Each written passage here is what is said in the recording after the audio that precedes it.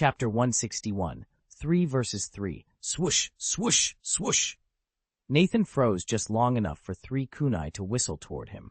Their sender was the Iwagakure Jonin, the same shinobi who'd used Earth style, land return to set up his fire style, great fireball technique.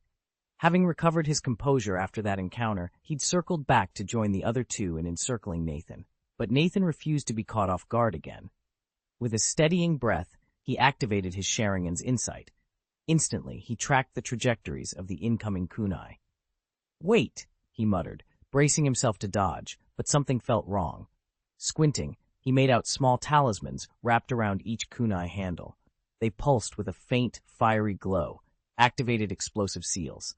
Without hesitation, Nathan plunged his hand into his ninja pouch, withdrew 3 of his own kunai, and sent them hurtling toward his foes with all the force he could muster.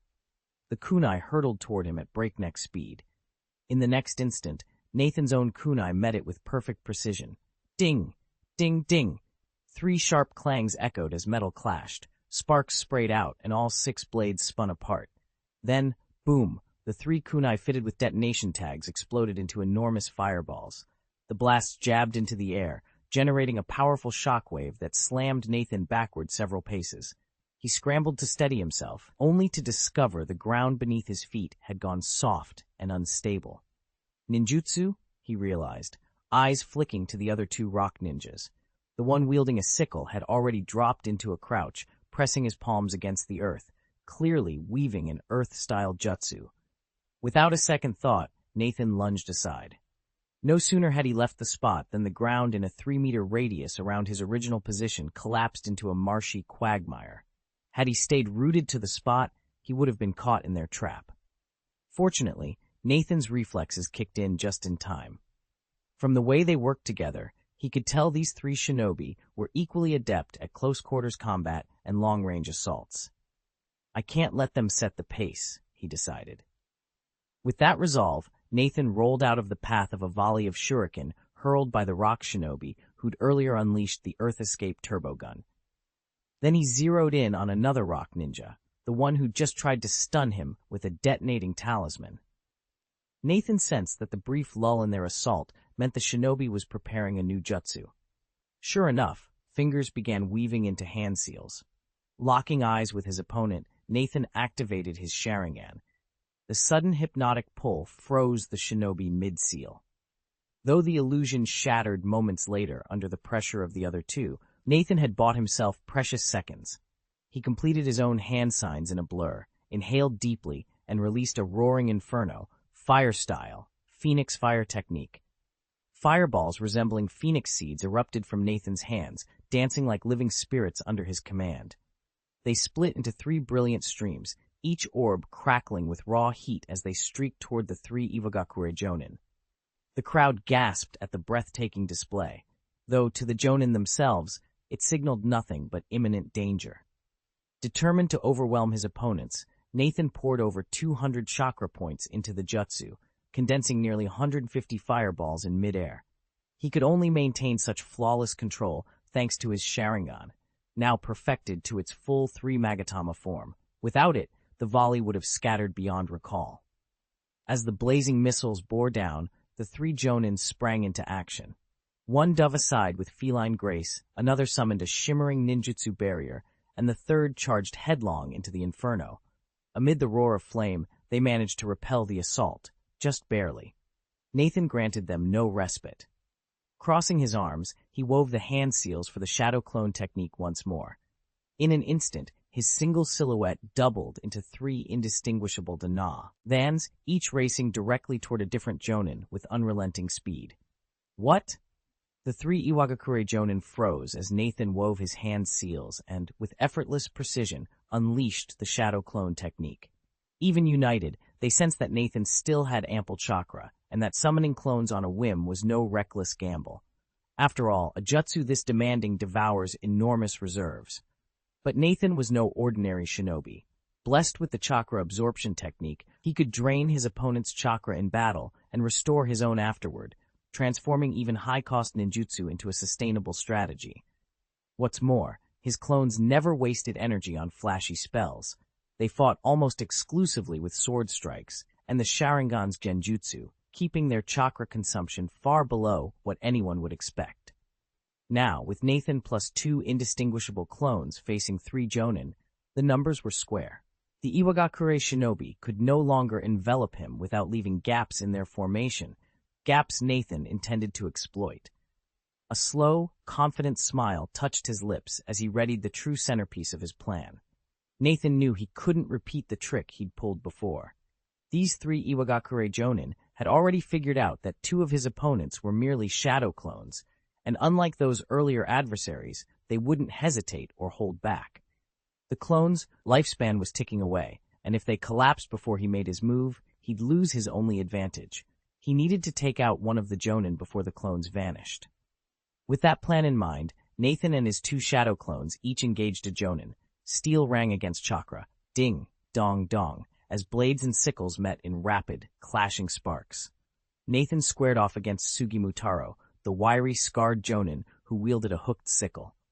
Sugimou slashed and feinted, probing Nathan's guard for any hint of a clone.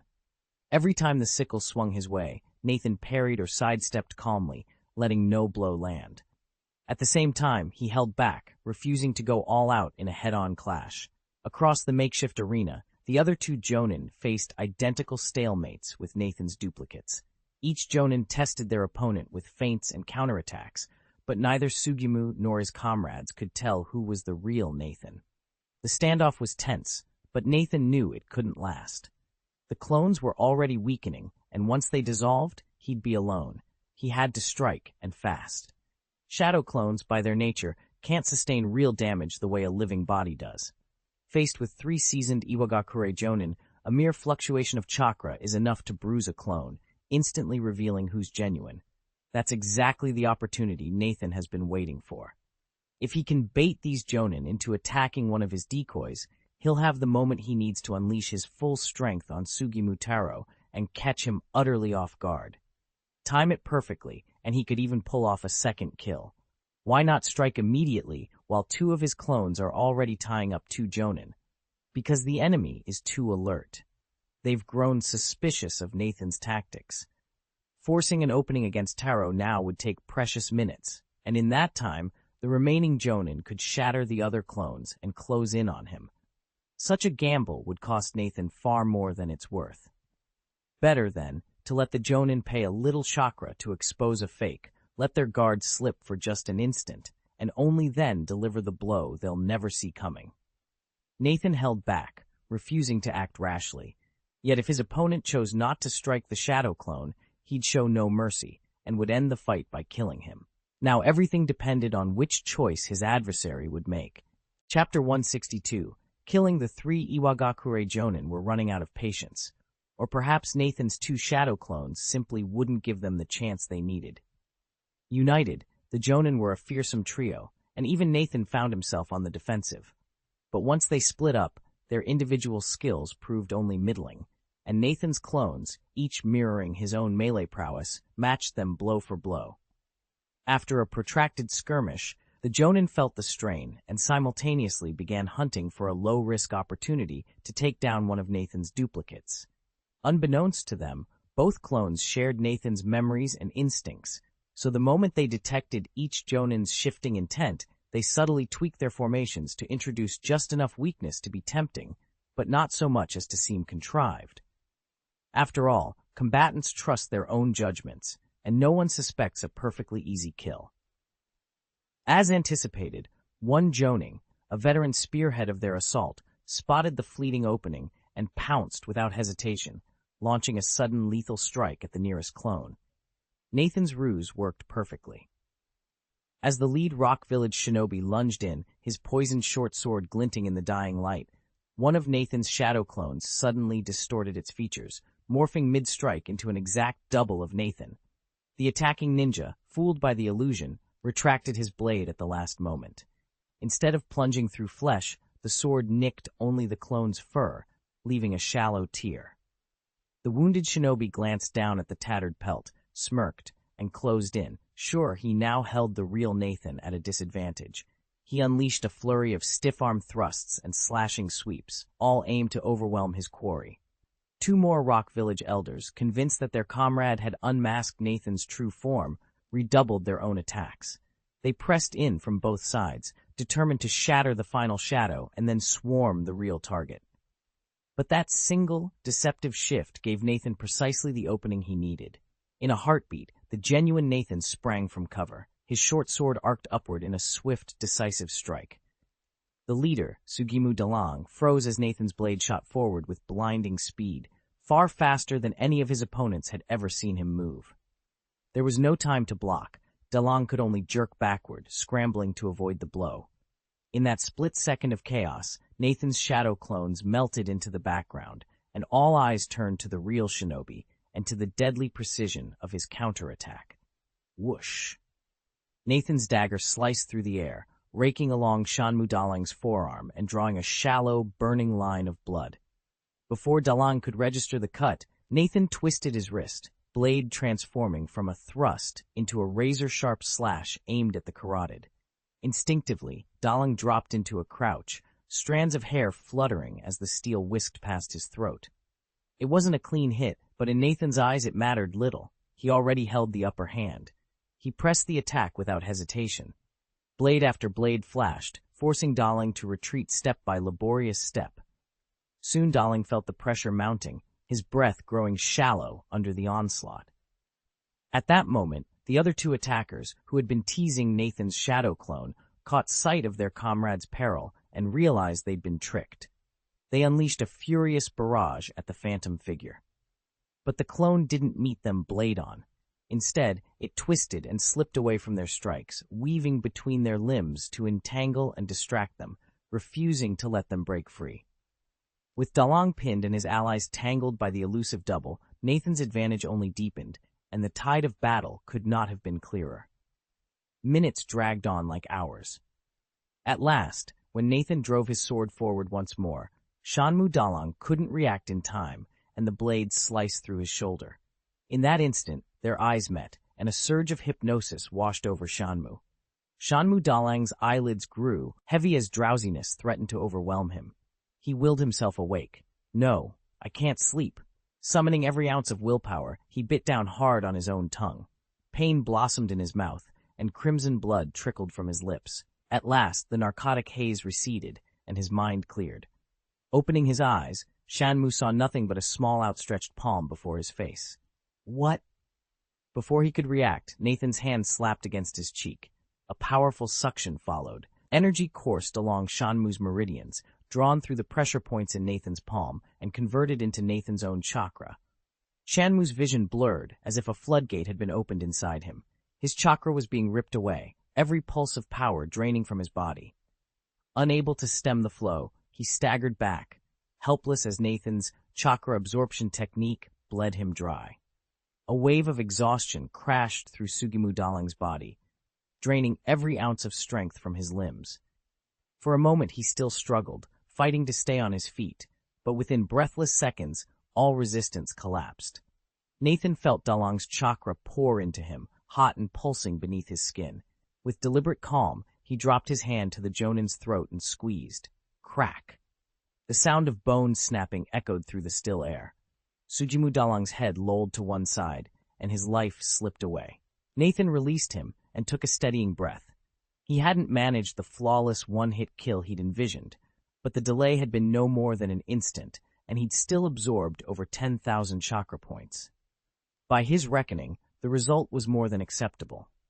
What Nathan couldn't control was the reaction of the two Iwagakure Jonin standing nearby.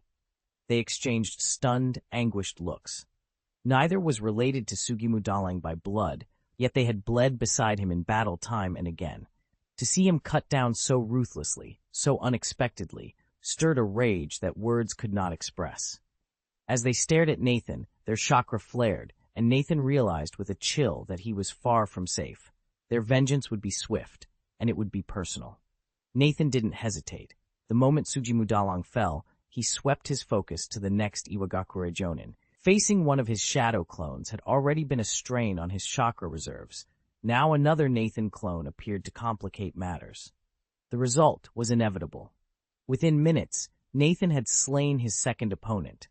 Although the Jonin fought with every ounce of strength he could muster, he managed only to dispel one clone before another took its place, and none of his strikes even grazed Nathan.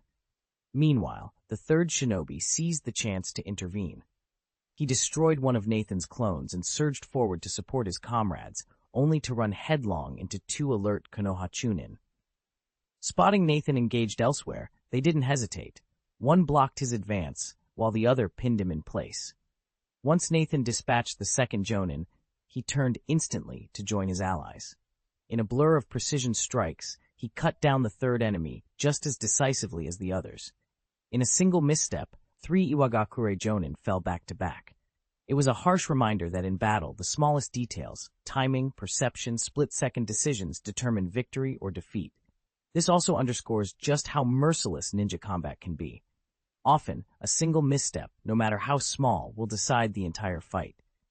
That, of course, assumes both opponents are ordinary shinobi. Legends like Madara Uchiha, Hashirama Senju, and later, Naruto Uzumaki and Sasuke Uchiha operate on a different plane. For them, victory is determined not by flawless technique, but by the sheer volume of chakra and the might of their ultimate jutsu. Minor mistakes barely register. Consider the clash between Madara and Might Guy. When Madara allowed himself a moment of overconfidence, Guy pounced, nearly beating him to death. And yet, by the time most shinobi would have either fled or perished, Madara had already recovered. For these superhuman fighters, small lapses can be shrugged off. A miscue today, and its ancient history tomorrow. Chapter 163, The Plan Begins. Nathan paused only for a heartbeat after felling the 3 Iwagakure Jonin, then swept his gaze across the battlefield. Since last night's retreat order, the veteran shinobi of Iwagakure had lost their fighting spirit. With no senior leaders willing to press forward, the lower ranks followed suit, offering only token resistance. Meanwhile, Nathan's forces still numbered over 400, more than twice the roughly 200 defenders gathered in Iwagakure's third-line camp. That overwhelming advantage kept every engagement firmly in his favor. Apart from Nathan's own duels, each a tense one-on-one, the rest of the skirmishes were decidedly lopsided, groups of his soldiers against lone Iwagakure ninjas. Although the enemy had thrown their surviving elites into this fight, they were outmatched both in numbers and morale, and the field remained firmly under Nathan's control. They'd had weeks, if not months, to prepare, and the hand-picked elite squad by no means resembled the hastily assembled force from Iwagakure. If they weren't up to the task, the higher-ups would never have trusted them with this next containment mission. After all, the support promised by the Hidden Rock Village was formidable. Sending a weak team would be little more than a suicide run. The command center knew this, which is why they'd packed their unit with the best operatives available, and why last night's death toll was so remarkably low. Standing on a ridge overlooking the skirmish, Nathan mulled over every angle before narrowing his focus. The Jonin pinned down in the valley were a problem, but they weren't the real threat. Far more dangerous were the Hidden Rock Chunin, each one a whirlwind of deadly precision. In barely 10 minutes, those 4 mid-rankers had already cut down half a dozen Konoha shinobi. If Nathan didn't intervene, the casualties would spike, and the unit wouldn't have enough strength left for the containment that lay ahead. He gripped his kunai tighter. It wasn't that he particularly cared about saving overmatched Konoha ninja, far from it, but this mission demanded cohesion and numbers. Every fallen teammate was a liability. With a single nod to his squad, Nathan signaled the flank maneuver that would split the Chunin's formation, buying precious time for the pinned Jonin to regroup and for their main force to press the containment operation forward. Failure was not an option. Nathan knew he was just one man, no matter how strong, and that the Hidden Rock reinforcements would take time to arrive. His job was to draw the enemy's fire and keep casualties to a minimum. With that in mind, he sprang from cover and charged straight at a Chunin of Iwagakure. "What?" the shinobi muttered, raising his blade in surprise. A short distance away, Yamaguchi Ishibashi, another Iwagakure Chunin locked in combat with a Konoha opponent, spotted a flicker of black at the edge of his vision. Something about it set his nerves on edge. Before he could react fully, a surge of danger slammed into him. He twisted his body just in time, and a razor-sharp dagger whistled past the spot where his chest had been. His heart thundered as he realized how close he'd come to death. A bead of cold sweat trickled down his temple. If he'd hesitated even a moment longer, that blade would have found his heart. "Who's there?" he demanded, eyes sweeping the battlefield. All he saw was a scrap of dark fabric drifting behind a nearby boulder. The attacker had vanished without a trace. Yamaguchi's jaw clenched as he scanned every shadow and crevice. Whoever had come at him so silently would not escape his notice for long. The instant after, that familiar rush of danger slammed into Yamaguchi Ishibashi. "Not good!" he cried, vaulting sideways just as a blade hissed past. A white-hot sting gored his arm, slicing an inch-deep wound through muscle and cloth. Gritting his teeth, he thrust his kunai into the path of the retreating sword, only to find empty air. Before he could recover, a second blade stabbed at his back. He whipped around, parrying the blow, but another jagged cut seared across his side. Sweat dripped from his brow as he spun in place, frantic, slashing at nothing but shadows. His lungs burned. His vision swam. Whoever, or whatever, attacked him moved like a ghost. He saw only fleeting reflections of steel, never the attacker itself. This was no honorable duel. If he'd been bested in a straight fight, he'd have accepted defeat. But this, it felt like torture. Another silent strike crunched into his ribs, and pain erupted like wildfire. Roaring in frustration, Yamaguchi slammed his kunai hilt into the ground and, gritting his teeth, began to trace the intricate seals of a ninjutsu technique. "I won't be toyed with," he snarled, gathering chakra even as his enemies circled in the shadows. Before Yamaguchi could finish the seal, a short sword suddenly pierced his back and drove straight into his heart. He gasped as blood spurted from his lips, his eyes locked on the blade protruding from his chest in utter disbelief. He hadn't meant to complete the ninjutsu, only to pretend, baiting his opponent into attacking him. Confident that he could dodge the next strike and launch a counterattack, he never imagined his adversary would move so swiftly. That deliberate flaw in his technique turned out to be his undoing. I'm done for," Yamaguchi managed to whisper, his strength ebbing away. With deliberate calm, Nathan pulled the short sword free. Yamaguchi collapsed to the ground, life draining from him. Even in his final moments, he never saw the man who had slain him. No wonder Nathan's grudge ran so deep. Nathan crouched beside the fallen shinobi, his blade slick with blood. Without a word, he flicked his wrist, sending crimson droplets arcing to the ground. He offered a curt nod to the stunned Konoha Chunin at his side, then vanished with the flash body technique. In barely 10 minutes, Nathan cut down more than 20 Iwagakure Chunin, each strike precise and merciless. His swift onslaught saved countless lives on his own team. Whenever an Iwagakure Jonin tried to intercept him, Konoha Jonin surged forward to meet the threat, ensuring Nathan could carry on unhindered. By unwritten battlefield customs, a Jonin should never target lower-ranked opponents. But who enforced such rules when the Iwagakure forces were already cornered? They simply couldn't match Nathan's speed or ferocity. Unfazed, Nathan continued his relentless advance. Any Chunin who dared show true skill immediately discovered just how lethal his blade could be. Pressured and outmatched, most Iwagakure fighters shrank back, unwilling to reveal the depths of their ability. All around him, the battle raged on. But Nathan, moving like a ghost of death, remained the single greatest threat on the field. For a time, the clash between the mid-rank and lower-rank shinobi had been completely one-sided. Konoha's numerical superiority was decisive, and every Iwagakure ninja bold enough to step forward had already fallen to Nathan's blade. Naturally, the momentum lay squarely with Konoha. Minutes later, fewer than 100 enemy shinobi remained on the field. Nathan lifted his hand, ready to redirect his assault toward the Iwakure Jonin lurking beyond the smoke, when a calm, authoritative voice resonated in his mind, and in the minds of every Konoha warrior still standing. "Everyone, execute Plan C immediately." He recognized the voice at once, the Yamanaka clan Jonin stationed behind the lines. With the clan's mind transmission jutsu, she was broadcasting Commander Nara Surabaya's orders. Plan C was straightforward: delay any reinforcements from Iwagakure long enough for Konoha's other teams to launch their full-scale counteroffensive along the entire front. Nathan's heart tightened with anticipation. In other words, Enemy support was on its way, and it was up to them then to hold the line until reinforcements could turn the tide completely. With that in mind, Nathan sprang from the battlefield as planned and retraced his steps along the path he'd come. Chapter 164. Enemies Meet on a Narrow Road.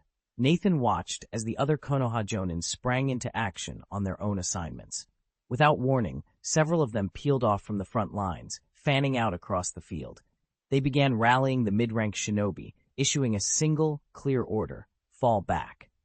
Their goal wasn't to die heroically, but to stall the hidden rock reinforcements. Hit-and-fade tactics were far more effective than risking encirclement.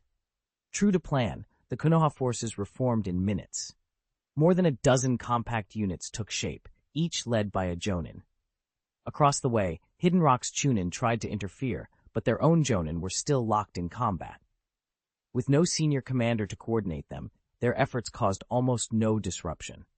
Before long, Nathan's squad slipped clear of the battlefield. He glanced over his shoulder to see the remaining Konoha Jonin disengaging as well, peeling away one by one. Operation success. The enemy reinforcements were contained, casualties were minimal, and the shinobi of the Leaf Village lived to fight another day. Nathan and the others pressed forward, straining to keep pace with the main force. A handful of them, even more eager than the rest, broke ranks and surged ahead to clear the path. Their task was simple but vital: carve a corridor through the Hidden Rock Village's defenses, then fall back and guide reinforcements from the other bases into the breach.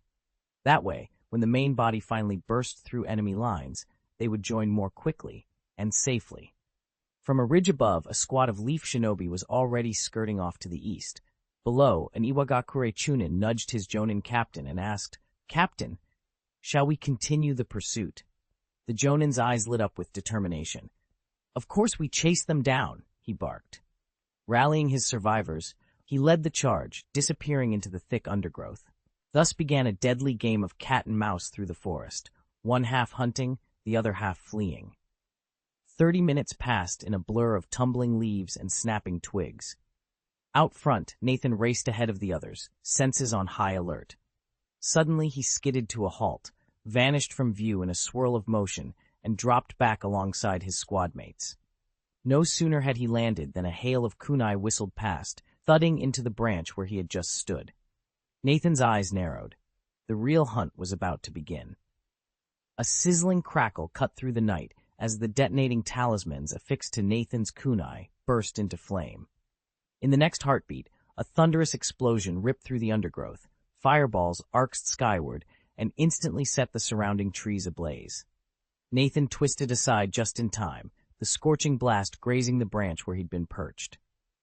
From his new vantage point overhead, he spotted wave after wave of enemy soldiers pouring into the clearing. Every obvious escape route was sealed. Had they flanked him on both sides as well? The smoke and fire made it impossible to tell. Wasting no time, he drew a sleek, lacquered whistle from his tunic and blew a rapid 3-note code. Crafted to carry sound over long distances, the whistle could convey simple, prearranged messages to any ally attuned to its pattern.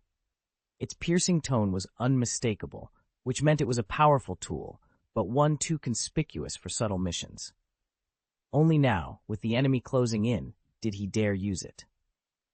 As the final note faded, Nathan slipped the whistle back into his sleeve and braced himself against the crackling flames and advancing threat. Nathan stood among the trees, watching the 24 rock ninjas arrayed before him with growing unease. They paid him no heed, as though they were already certain of his defeat. A chill ran down his spine, but he forced himself to focus on the facts. There were 20 opponents here, 2 Jonin, 8 Chunin, and 10 Genin. Even so, Nathan could still handle a fight of this size. His gaze shifted beyond their line, through the gaps in the forest. In the distance, more rock ninjas were gathering, assing like a storm cloud behind the small vanguard. Clearly, these 20 were just the scouts. The main force lay farther back. With a grim nod to himself, Nathan decided it was time to withdraw and live to fight another day.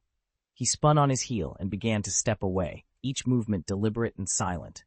Then, an instinctive prickling of danger swept over him. His hair prickled, his muscles coiled, and he jerked backward. A cold flash of metal whistled past his face, its edge slicing through the air so close it nearly grazed his cheek. Wind release? Nathan thought, heart pounding, as the kunai's gale force wake rattled the leaves overhead.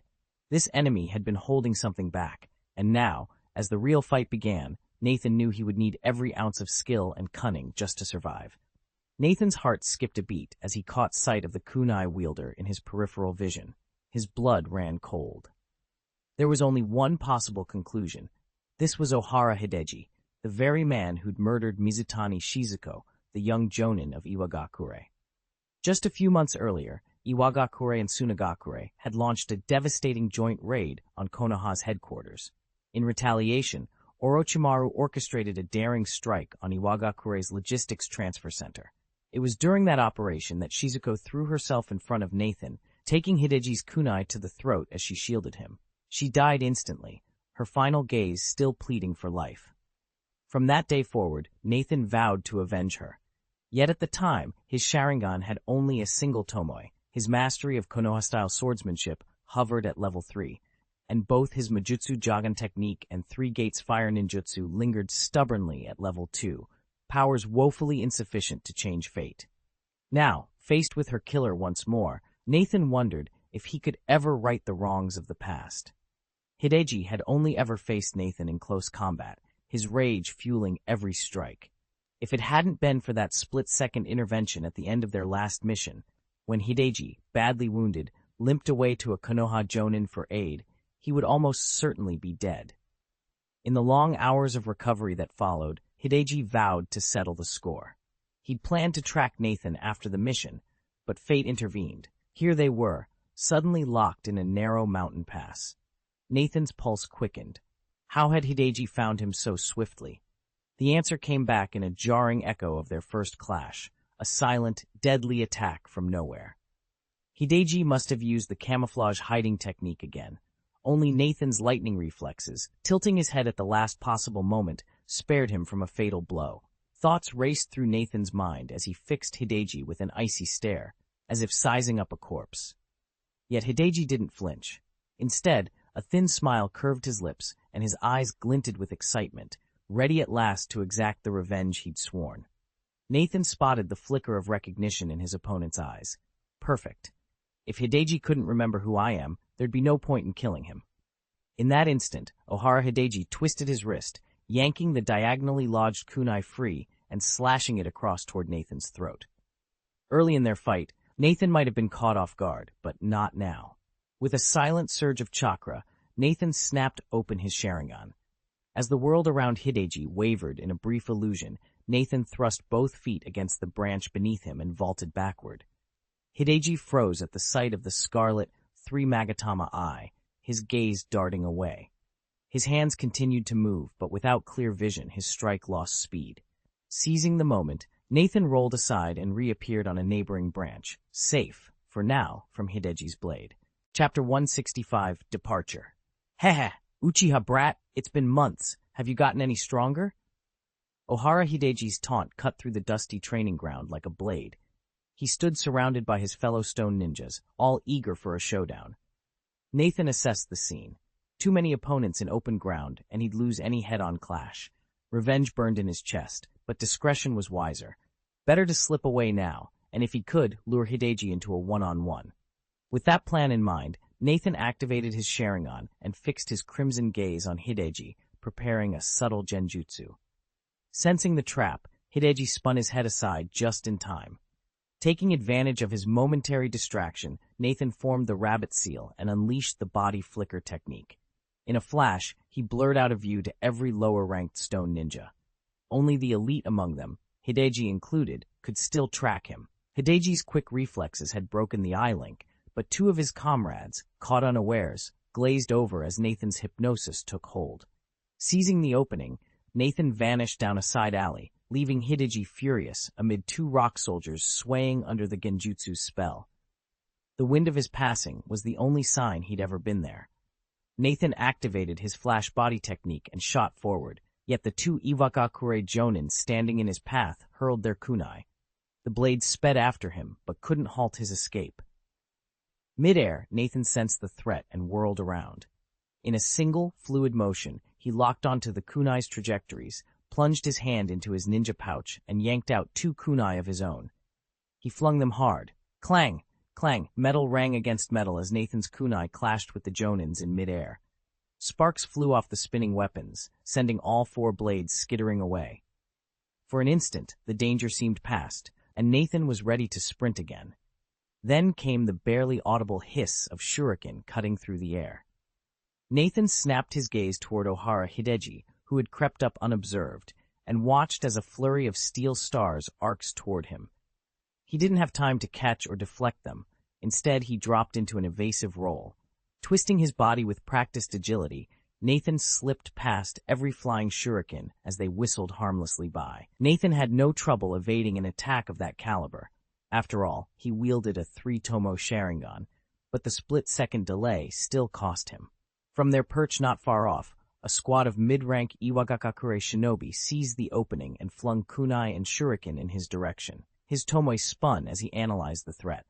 That's when he noticed several explosive tags affixed to nearby trees. If those detonated, the ensuing blast, and especially the noise, would immediately betray his position. Does he really not care about being exposed? Nathan wondered. Then it dawned on him. The enemy must have seen him relay information back to his allies. They couldn't be bothered about hiding their presence. They'd played their hand from the start. All right, then. Nathan thrust both feet off a gnarled tree branch and rocketed backward. His hands whipped through a rapid succession of seals as he drew in a lungful of air charged with wind-released chakra. At the apex of his jump, he let loose a ferocious exhalation. In an instant, a concentrated blast of air coalesced into a roaring whirlwind. It surged forward, tearing flowers, underbrush, and saplings from the earth as it cut a devastating path toward his foes. Nathan drew in a steady breath and unleashed his trump card, Wind Escape, Grand Breakthrough. Instantly, the roaring gale swept across the clearing, tearing every kunai and shuriken out of the rock ninja's hands and hurling them backward. Explosions rippled through the tempest, boom, boom, boom, but the storm only grew fiercer, proof of Nathan's tremendous power. After several heartbeats, he let the technique dissipate. In that instant, a gleaming kunai from his right, aiming straight for his neck. Nathan had anticipated it. A cold smirk crossed his face. He leaned back just in time. The blade whistled past his throat, and countered with a brutal kick to its owner's midsection. Hideji Ohara, the very man who'd tried to ambush him, was sent sailing through the air. Nathan didn't hesitate. He drew 3 shuriken and launched them in a deadly volley, targeting Hideji's throat, heart, and lower abdomen. High above the ground, Hideji's face contorted in pain as he doubled over. Summoning every ounce of his chakra, he slapped his hands together and vanished in a swirl of smoke, employing the substitution technique at the last possible moment. Clang! Clang! Clang! 3 shuriken hurtled toward Hideji Ohara, only to strike the stone he'd used for cover. A puff of chakra smoke billowed out, and the makeshift rock decoy crumbled to dust.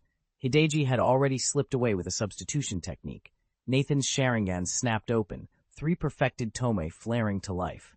He scanned the area and locked onto a nearby tree. Behind its sturdy trunk, Hideji crouched, carefully holding his breath. Nathan's heart rate remained steady. He had anticipated this. Earlier, 20 rock ninjas had charged him head-on, forcing him to focus forward and leaving his flank vulnerable. That's when Hideji had struck, hurling those shuriken in a bid to catch him off guard. But Nathan hadn't yet activated his Sharingan and hadn't detected the approach. This time was different. As he unleashed his wind style, Great Breakthrough, the whirlwind he conjured drew his gaze back to Hideji. He had kept Hideji in his peripheral vision, never losing track of the boy's silhouette, despite Hideji's mastery of camouflage hidden technique. Proficiency alone wasn't enough to fool a fully evolved 3-tomo Sharingan. Nathan narrowed his eyes and prepared his next move, ready to flush out Hideji's hiding spot and end this game of cat and mouse once and for all. Nathan had spotted his opponent early on, but at that moment, Hideji was unleashing his wind style, Great Breakthrough, and couldn't afford to pay attention to anything else.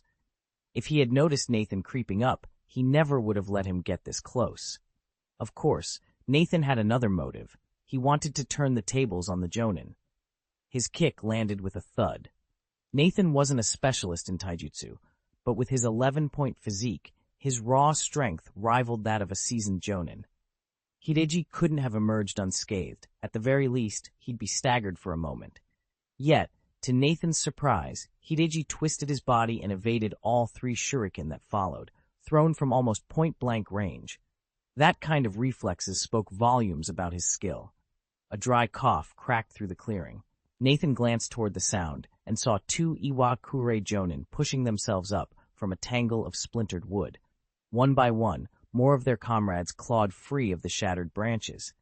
Nathan refocused on the massive tree trunk Hideji was using for cover. He shifted into position, his hands sliding into the familiar formation of seals. With a surge of chakra, he activated the flash body technique. In an instant, Nathan's form blurred and then vanished altogether. The 2 Iwagakure jonin watched from a distance, exchanging uneasy glances as Nathan strode forward. Neither moved to stop him, not because they couldn't, but because they wouldn't. Based on the power he'd just displayed, any direct confrontation would be suicide for them. They were tracking specialists first and foremost, not frontline combatants. Handling someone like Nathan was Hideji Ohara's responsibility, not theirs. If Ohara didn't step in, they wouldn't either. "Where's Hideji Ohara?" one of them murmured, sweeping his gaze over the surrounding trees. They found only empty forest. Ohara's hiding place was deserted. He had vanished silently, without a trace. Alarm flared in their eyes as they realized the situation had already spiraled beyond their control. Moving swiftly, they activated their communicators and relayed an urgent status report back to their superior. Nathan was unopposed. Ed and Hideji Ohara was missing. Within moments, the message crackled across the chain of command. The gravity of the moment unmistakable. The 2 jonin braced themselves, knowing that backup was coming. Too late for them, perhaps, but just in time to confront the threat they could not face alone. Chapter 166, Breakout. Nathan pushed himself up the rocky slope, adrenaline still coursing through his veins from the recent skirmish. Within minutes, he reached the main force, where Nara Shishui and several senior shinobi had halted the advance. A tense circle of officers pored over maps and whispered urgently among themselves. Spotting Nathan, Nara Shishui straightened. "Nathan, what did you find on your side?" he demanded before Nathan could catch his breath. Nathan glanced back down the path. He tried to warn them with his signal whistle, but the device's range was too limited, and with a squad of rock ninjas dogging his heels, he dared only a single short blast. All he'd managed to convey was 3 words: ambush, ahead. That scant warning had been enough to stop the army in its tracks, but it told them little of the enemy's strength or formation. Now, as the officers pressed in for details, Nathan spoke plainly. "Their vanguard number's about 20, he reported, voice steady. "I counted at least 20 armed fighters clustered at the canyon's mouth, and I swear I saw more, dozens more, bunched up further back in the rocks, ready to pour out behind them." A murmur rippled through the circle. Nara Shishui's expression grew grim. 20 in front, and an unknown force behind, he repeated. He glanced at the other senior ninja. "We can't rush them head on. If they spring their trap while we're crossing that pass, we'll be cut to pieces." The senior officers exchanged nods. They had the warning they needed, thanks to Nathan's daring dash through enemy territory. Now, they would have to devise a strategy that could break through the ambush without triggering the full force waiting in the canyon's shadows. Nathan's announcement cast a shadow over the small command circle.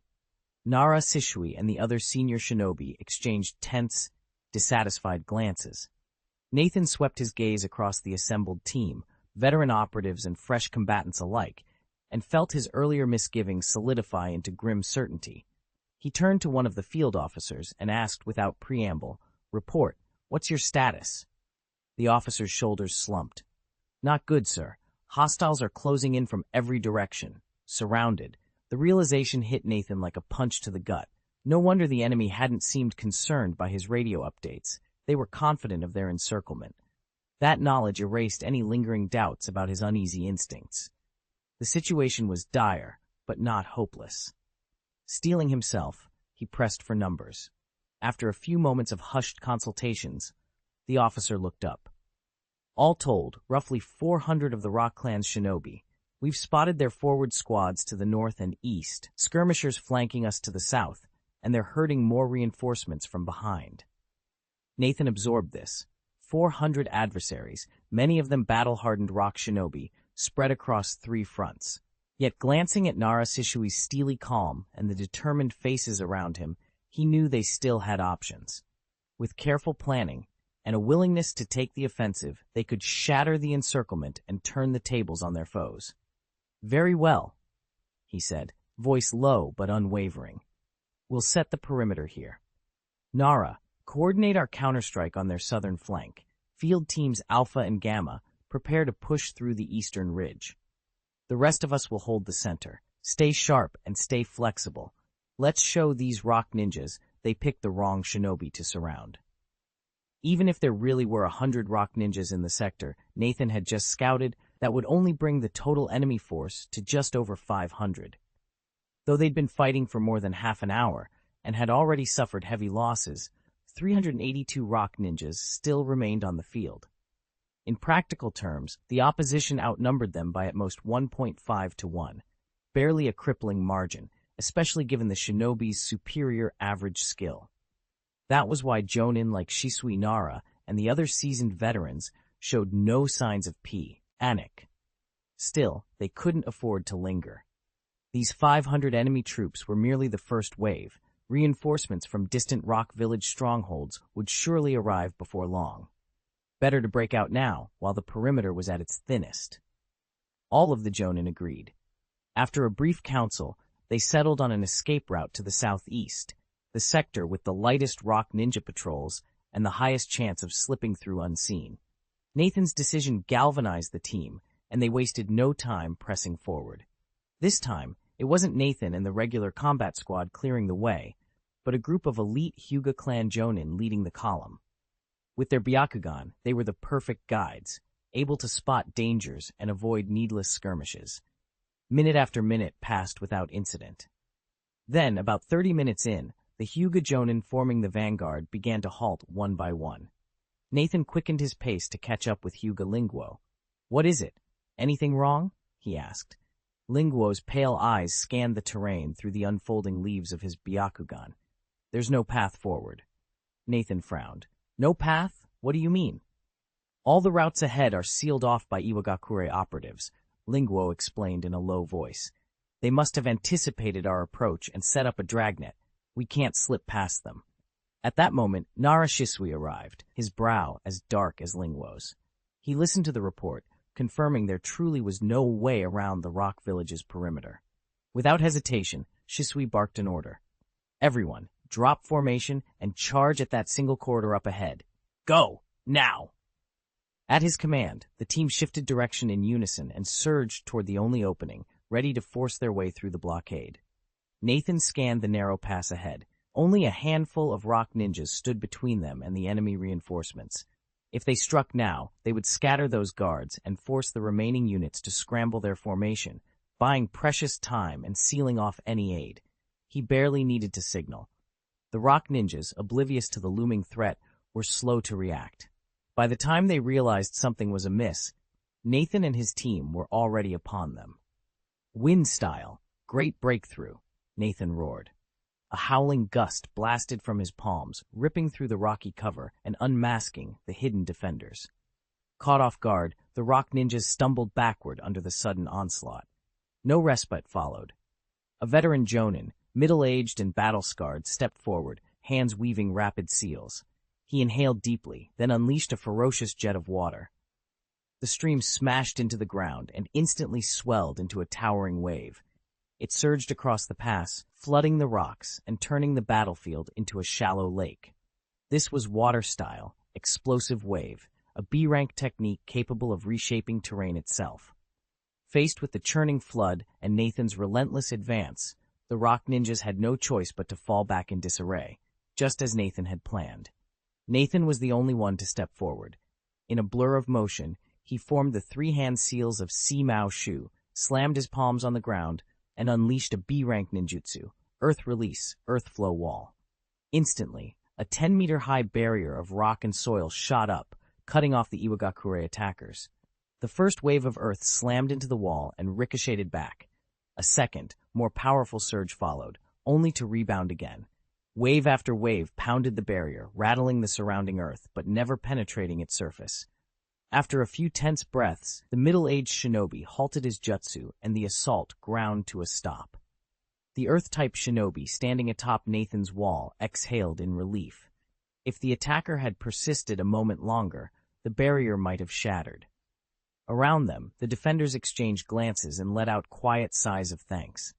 Had it been any other ninja, they doubted anyone could have held back that relentless onslaught. But Nathan, the center of everyone's attention, showed no sign of easing up. He remained poised and alert, every muscle ready for the next move. Nathan crouched atop the earthen wall, staring down at the Konoha shinobi gathered along the lake's edge. His expression was grim. He knew this fight was far from over. If they were determined to break free, they'd find a way past his barrier. No sooner had the thought crossed his mind than a jagged bolt of lightning leapt from the Konoha ranks, crackling through the air like a spear. It struck Nathan's earth-style, earth flow wall with a thunderous crack. Lightning naturally counteracts earth, and within moments deep foot-wide fissures spidered across the surface of the barrier. Before Nathan could react, two massive chakra dragons, one of roaring water, the other of crackling fire, erupted from the enemy lines.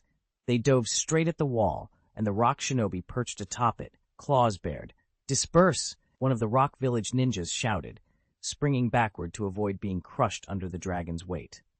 But as Nathan leapt aside, his world constricted to two blazing red tomoes swirling in his vision. The unmistakable glow of the Sharingan filled his sight, leaving him frozen in dread. "Not good," he breathed, heart hammering as the enemy's trump card revealed itself. Nogawa Nozomi's eyes widened in alarm. "Sharingan?" she breathed, already forming the hand seals needed to dispel the illusion.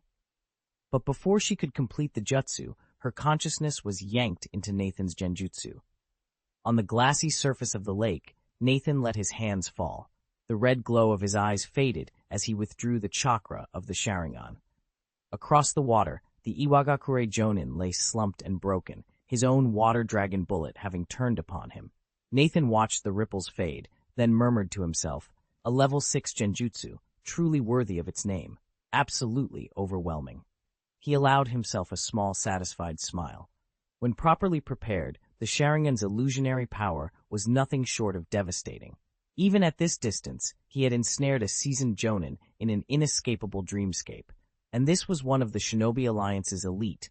Imagine how quickly a lower-ranked ninja would fall. His only regret was the time the technique required. Several focused seconds to activate. Against an alert opponent of equal standing, such an opening would be nearly impossible to seize. But in this moment, thanks to careful planning and perfect timing, Nathan had turned that vulnerability into victory. Nathan shook his head, brushed the thought aside, and refocused on the battlefield. Chapter 167. Eve Boom. Boom. Two thunderous crashes sounded in rapid succession as twin dragons, one wreathed in water, the other in fire, hurled themselves against the earthen barrier. The wall shattered instantly, and its creator crumpled to the ground, lifeless. Thanks to his urgent warning, most of the mid- and lower-rank rock ninjas had already retreated. Only a few unlucky stragglers were struck by falling debris and lay groaning in injured piles. "Kill them!" A terse order cut through the air from the Konoha side. In response, hundreds of Leaf Shinobi unleashed a single, echoing battle cry and surged forward. Behind the broken wall, the small lake that had been dammed up spilled free. Water gushed across the field, its surface churning violently, but Konoha's fighters strode over it as though it were solid ground, their footing rock steady. Within moments, they closed the distance on the scattered rock ninjas. Outnumbered and stunned by the loss of their Jonin leader, the defenders' morale shattered. Who could stand and fight now? Nathan and his squadron broke into a desperate run the moment they set off, each man scattering in every direction. Still, the rock ninjas' sheer numerical and martial superiority took its toll. Most of Nathan's comrades fell under a hail of rock-forged shuriken and earth-shattering blows. Only a few managed to slip away from the killing zone. Nathan didn't pause to hunt down stragglers. he barked orders and drove his team onward at top speed, putting as much ground as possible between themselves and the enemy before the rock ninjas could reform their encirclement. Every foot gained meant precious seconds to rest, to tend wounds, and to prepare for the next containment sweep from the rock village's reinforcements. If they could punch through each ring before it closed tight, twice, maybe 3 times, they'd win intermittent respites long enough to regroup. By then, the main offensive and defensive battles along the frontline strongholds would have reached their turning point, and their mission would be all but won.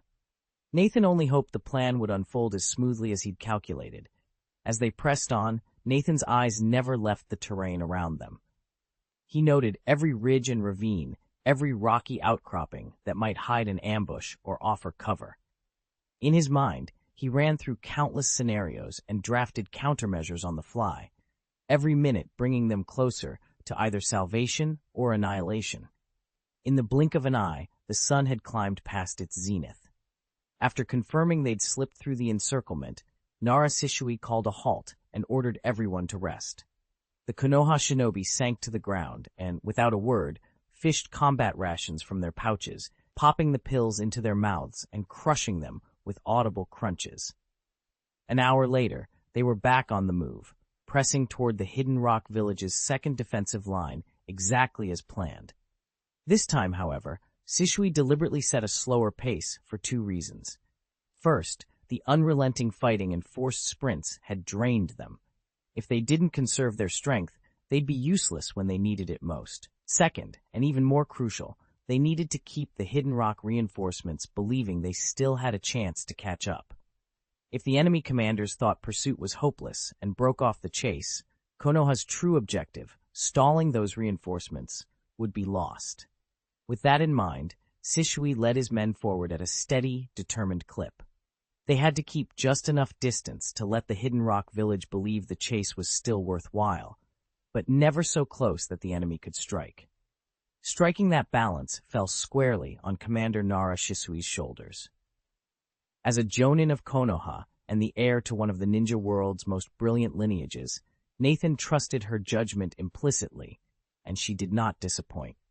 Over the next 24 hours, Nara expertly alternated between breakneck marches and sudden halts, wove the team around enemy patrols with long, circuitous routes, and even slipped through a series of hastily erected checkpoints. Never once were they overtaken, yet the pursuers remained convinced they could still catch up. By dawn, the Hidden Rock village had raised, but not abandoned, 3 successive blockades, each time forcing them to adapt and push through. That evening, the unit arrived at the same sprawling camp they had infiltrated the night before. Tents and watchtowers dotted a broad clearing on the edge of what passed for a bustling town under Hidden Rock control. As torches flickered to life in the gathering dusk, Nathan allowed himself a moment's respite. The mission was unfolding exactly as they'd planned, thanks entirely to Nara's unerring strategy. Now the real work would begin. Nathan stepped into the crumbling warehouse and paused, taking in the hollow shell of what had once been people's homes. The war had driven everyone out, no ordinary civilians remained, and every building showed the scars of relentless bombardment. Still, compared to the open wild, this ruin offered precious shelter from wind and rain. Here, at least, he and his squad could rest for the night. They claimed a corner beneath a shattered window and unpacked their gear. From the base camp's latest report, the counter-offensive was proceeding even better than anticipated. Frontline strongholds had fallen one after another. In some sectors, troops had already punched through the Hidden Rock village's second defensive line.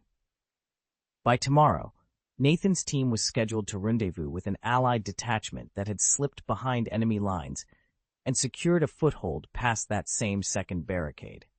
Once they linked up with those reinforcements, their mission to contain Hidden Rock Village's support units would effectively be over, and their personal safety would improve dramatically.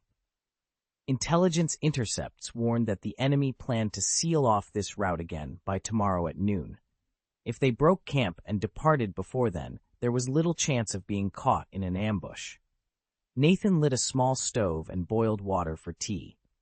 As the others dozed lightly against the cracked walls, He stared at the dim light filtering through shattered glass. Tomorrow's march would be long and probably dangerous, but with the momentum firmly on their side, he allowed himself a rare moment of optimism. At dawn they'd move out, before the trap could close. And then he hoped they'd finally be one step closer to ending this war. According to their plan, they'd set out at first light tomorrow and make a direct run for the Allied camp, so in theory they'd be safe. Yet, Nathan couldn't shake an unsettling premonition that things wouldn't go so smoothly. Lately, he'd caught himself feeling watched, as if unseen eyes trailed his every move. With no proof to back him up, and no way to convince Narration to alter their timetable on a hunch, he could only steel himself for what might come. He sighed, drew his dagger, and slipped into his familiar training stance. It had become second nature. No matter how exhausted he felt, he carved out every spare moment to hone his skills. His body now regenerated some 21,000 chakra points each day, far too much to let sit idle, so he treated each second as precious. And since the reflection heart technique could no longer be recharged, he devoted all his downtime to perfecting his genjutsu Sharingan, pushing himself until exhaustion crept in. Tonight, more than ever, he would remain vigilant. Because this technique requires less chakra and time than the reflection heart technique, Nathan's mastery has been soaring. His progress bar is now nearly halfway. Once he reaches perfect state level 7, 0, he'll be ready to develop the illusion sword technique. Meanwhile, his healing technique has also advanced rapidly thanks to all the recent practice sessions. Its progress bar has already topped 80%, and with just 1 or 2 more battles, he'll achieve perfect state level 5, 0, 0. At that point, he can begin learning the Palm Immortal technique and the Chakra Scalpel. Afterward, as his rank climbs, he'll turn his focus to strengthening his body. A flurry of possibilities raced through Nathan's mind, but he quickly cleared them away, steadied his breathing, and resumed training according to plan. Chapter 168, Spying and Reporting Night, had fallen over the outskirts of the town when the earth suddenly trembled. Not far away, a monstrous insect burst from the ground. 2 meters long, its armored body bristling with 3 pairs of razor-sharp legs, it was covered in dark, iridescent scales. A pair of deep, amber eyes, alive with intelligence, scanned the surroundings. Then, without warning, it opened a cavernous maw and expelled a human figure onto the soft soil. The newcomer landed lightly, immediately crouching to survey the area with keen vigilance. Once he confirmed there were no threats, he extended a hand and gently stroked the creature's head. "Excellent work, Chica," he said in a low voice. With a pleased chirrup, the insect rubbed against his palm and then relaxed onto the ground, motionless and alert for its master's next command. This man was Obara Shuji, and the strange creature at his side was his psychic beast. Chica not only masked his breath and aura, but also housed a hidden, extra-dimensional chamber within its body. Safely concealed in that pocket realm, and shielded by Chica's aura-hiding ability, Obara Shuji had been trailing Nathan for days without ever being detected. Since the battle ended 2 days ago, someone has been trailing Nathan, watching his every move from the shadows beneath the earth. Those sudden, inexplicable shivers down his spine, those uneasy moments when he felt someone's gaze on him, came from that very pursuer. Why then hasn't Yanyan village moved to seal off the area? The answer is simple. Obara Shuji never shared Nathan's trail with the Iwa Shinobi. It wasn't that Shuji intended to confront Nathan on his own, it was just that the rock ninjas didn't possess the strength needed to stop Nathan and his allies. Relaying information to them would have been little more than a needless risk, potentially exposing Shuji's own covert operations. Everything changed, however, when word arrived that an elite task force from Yanyan had entered the fray. Though small in number, this unit was composed almost entirely of special-rank jonin, each possessing rare, formidable abilities. Leading them was Han, the so-called Steam Ninja, whose single-handed mastery of steam techniques earned him that moniker across the shinobi world. Even more terrifying, Han bore within him the 5 tails, one of the legendary tailed beasts. Upon learning of their arrival, Obara Shuji finally passed along everything he'd uncovered about Nathan's movements. Now, the true hunt could begin. Nathan checked his watch. They'd reach the town by tomorrow morning. As the thought crossed his mind, Obarashuji fixed his gaze on the small settlement ahead, as though already seeing Nathan through layers of distance. "Soon," he whispered, "very soon." He reached down and patted the head of the strange insect beside him. "Chika, let's go." At the name, the insect, Chika, trembled. It reared back, inhaled deeply, and drew Obarashuji into the shadowy recesses of its belly. Then, with its two spiked forelegs, it struck the earth. The soil rippled and swallowed them both whole. Moments later, the ground settled perfectly still, as if nothing had happened. Dawn broke faster than any of them had expected, and the Konoha shinobi in the town awoke immediately. They freshened up, swallowed a few cooling pills to restore their strength, and assembled under their jonin leaders. Side by side, they set off for the rendezvous point. Nathan walked at the vanguard, ever vigilant as he escorted Hinata Linguo. His Sharingan was already active, the crimson tomoe scanning every rooftop, every alleyway. His expression was grave. There was no mistaking the seriousness of the mission ahead. Hinata Linguo stole anxious glances at Nathan for nearly a minute before she couldn't hold it in any longer. "Nathan, what's up with you today? You're on edge like I've never seen." He paused mid-stride and met her concern with a calm sideways look. Relief washed over Hinata's face and over the rest of their lean, battle-scarred squad. After 2 grueling days of infiltrating enemy territory, their mission was finally complete. In less than an hour, they'd be back among Allied forces.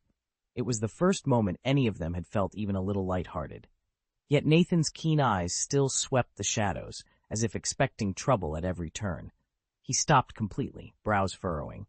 Hinata crouched beside him, voice barely above a whisper. "Did you see something?" Nathan blinked, shook off the tension, and adopted a casual tone. "No, nothing worth worrying about." He gave her a firm nod. "Keep your guard up just in case, okay? I need to talk to the Narajonin for a few minutes. I'll rejoin you as soon as I'm done." Hinata bit her lip, tempted to press him further, but finally she managed a nod of her own. "Understood. Go on ahead." After all, Nathan was a special jonin, more than capable of handling himself.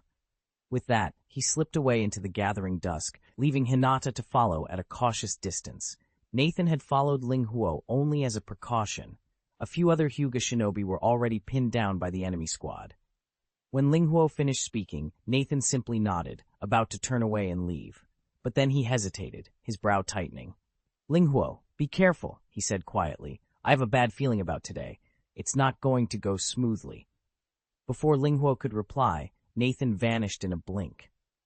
Linghuo stood rooted to the spot, frowning. Not go smoothly, he thought. We still have enemies to face. Of course it's going to be dangerous. As he mulled over Nathan's warning, a chill crept through him. Something about Nathan's behavior earlier felt off. Linghuo forced himself to look into the surrounding forest, its shadows suddenly feeling alive and menacing. He exhaled sharply. White eyes.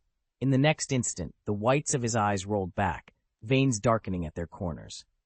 The unmistakable glow of his Byakugan flared to life, granting him a full 360-degree scan of the dense woods around him.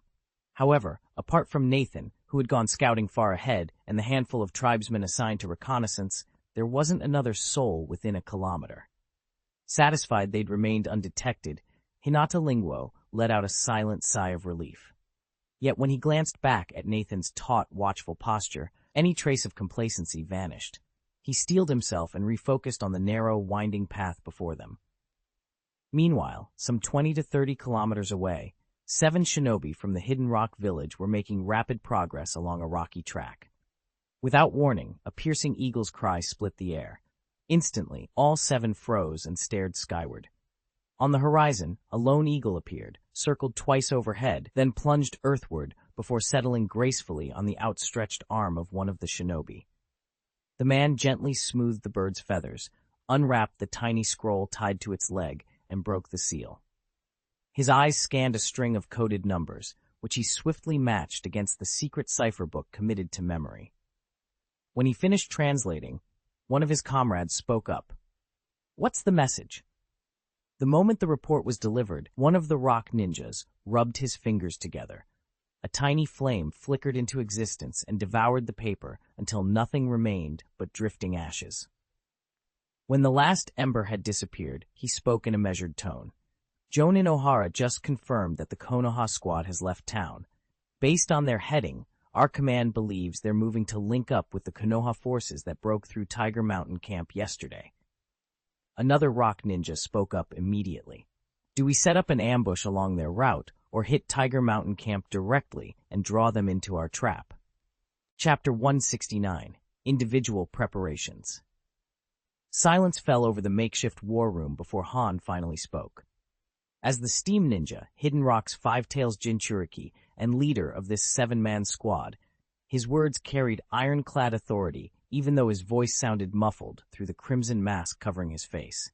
We can't head to Hushan Camp, he announced, folding his arms over the scarlet-plated armor that marked him as one of the village's elite.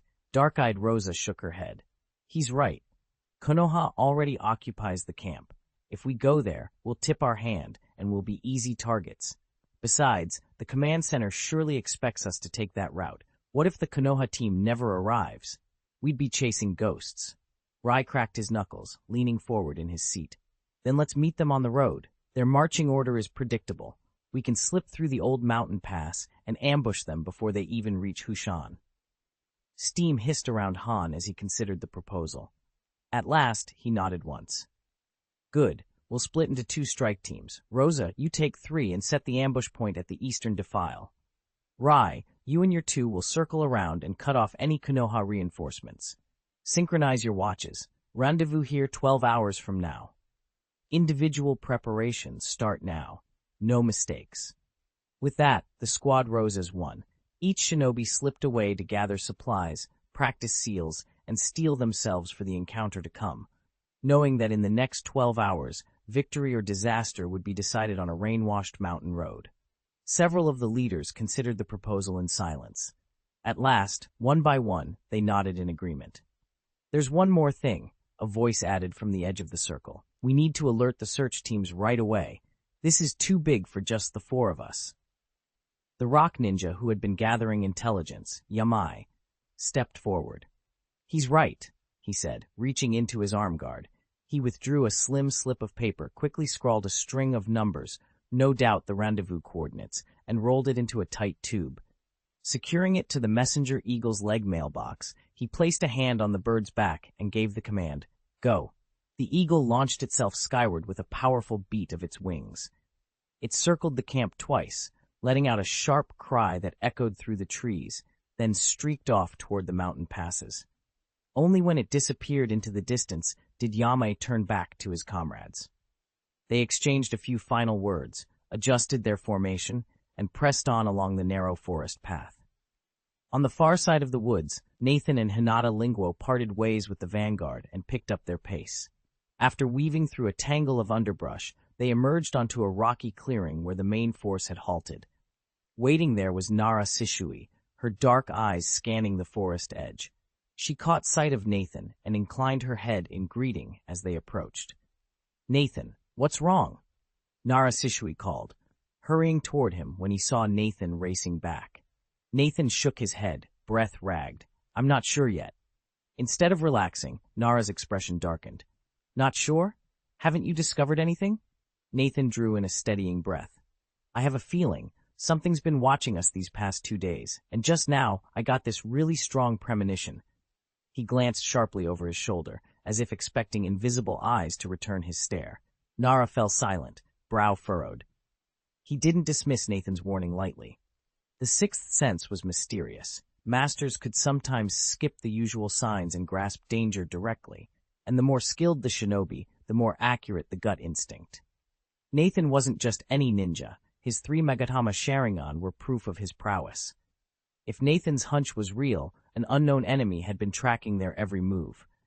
If it was merely a spy from another village, the risk would only increase modestly. But the thought of something more sinister lurking in the shadows sent a cold shiver down Nara's knee. If it really is a ninja from the Hidden Rock village, then we're in serious trouble. Over the past 2 days, we've seen no sign of a major enemy force. On the surface, that suggests Nathan's premonition was wrong. There is no hidden threat. But what if the absence of blockades is deliberate? What if they let us slip through their lines to lull us into complacency before delivering a decisive strike? If that's the case, they can attack at any moment. 2 days is more than enough time for Hidden Rock to finalize its preparations, so today could very well be the day they move. That timing matches Nathan's vision exactly. A rush of possibilities flooded Nara Sishui's mind. True to the Nara clan's reputation for strategy, he'd pieced together the entire scheme from Nathan's scattered clues.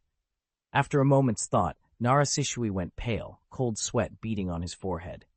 Without hesitation, he summoned the senior Konoha ninja with decision-making authority and ordered an emergency council. As soon as the Jonin gathered, he laid out everything. Nathan's uncanny premonition of an unseen enemy, his own deductions, and the unsettling possibility that someone, or something, was already shadowing their every move.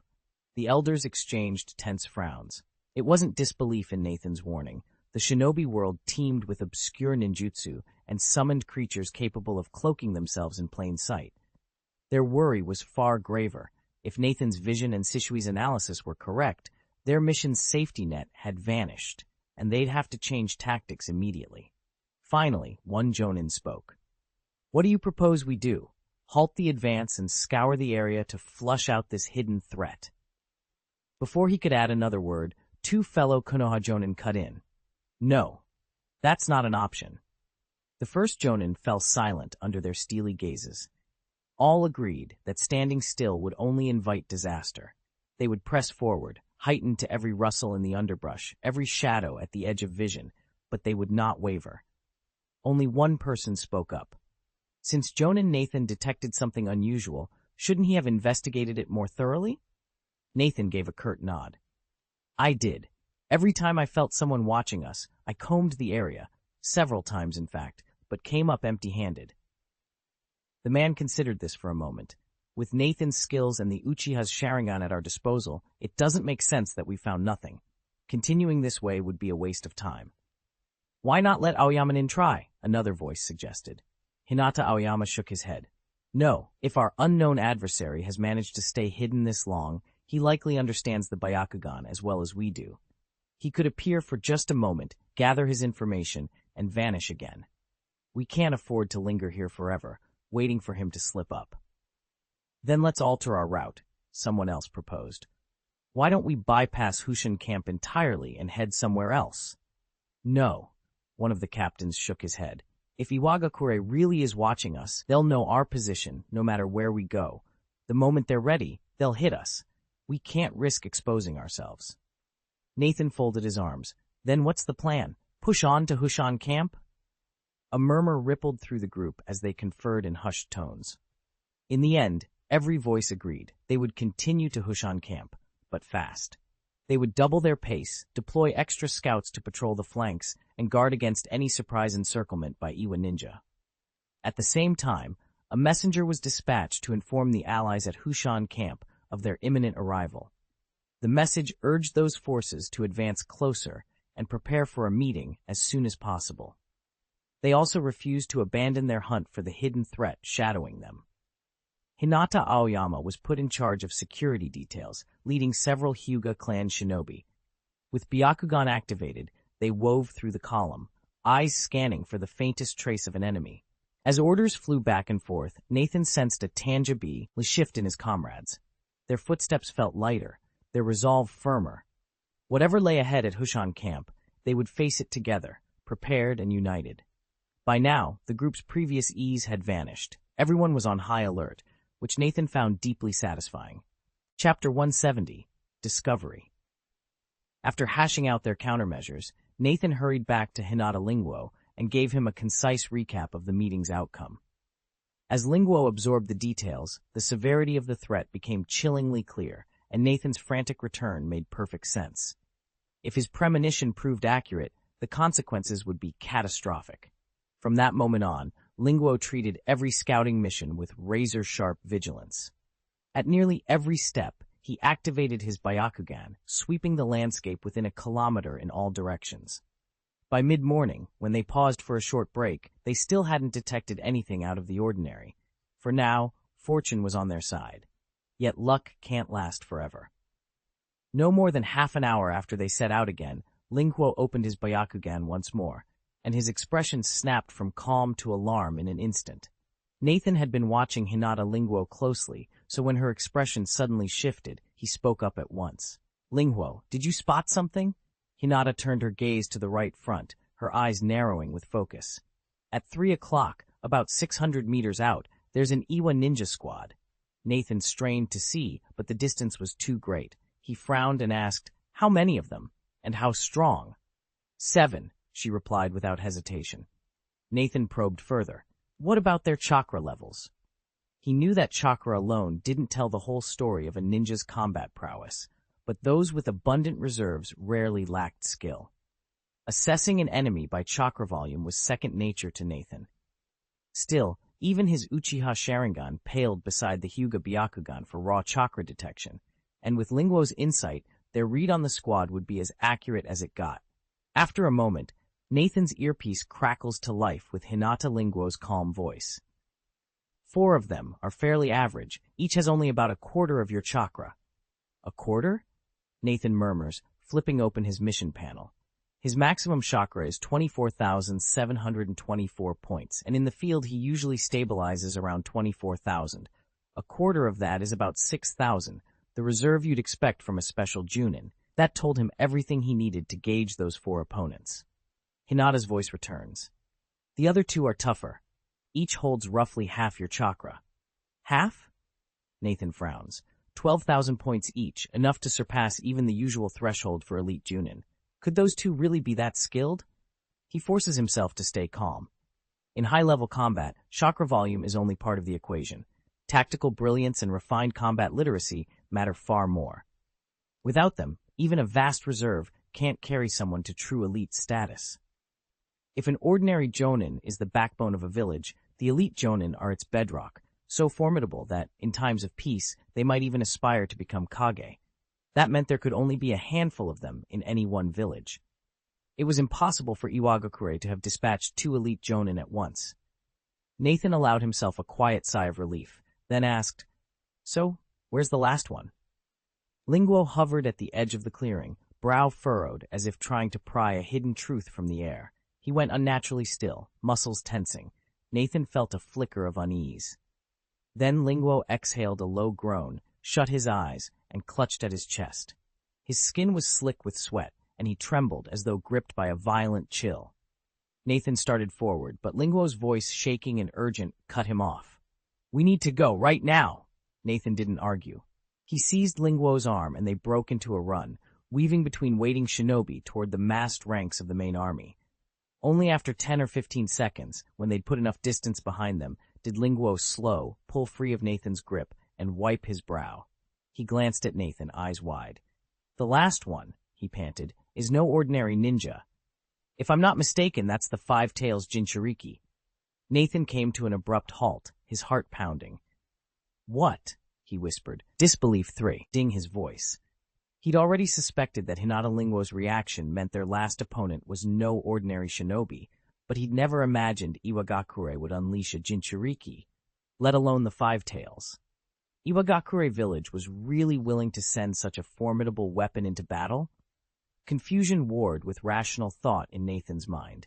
Then again, the Five Tails Jinchuriki, Han, was one of the more stable Biju hosts. He seldom lost control, and Iwagakure had a history of deploying him. His nickname, Steam Ninja, didn't come out of nowhere. Taking a steadying breath, Nathan shook off his doubt. But another, bolder idea immediately took root. A Jinchuriki as a chakra battery? If he could tap into Han's reserves, he'd never have to scrape for chakra again. He could devote himself fully to every mission henceforth. No more running on empty. At the very idea of it, Nathan's heart quickened with excitement. Was he really too weak? Admittedly, in his current state, he stood no chance against his opponent, but he reminded himself that his Sharingan was on the verge of a full breakthrough, sitting at 9,999 out of 10,000. The moment his 3 Magatama Sharingan evolved into its true kaleidoscopic form, his power would skyrocket. With that level of ocular ability activated, controlling even a Jinchuriki would be trivial. And if his opponent shifted fully into a tailed beast form, Nathan felt confident he could handle it. Had his awakened eye techniques been just a bit stronger, the plan might have been foolproof. Yet after careful consideration, he scrapped the idea.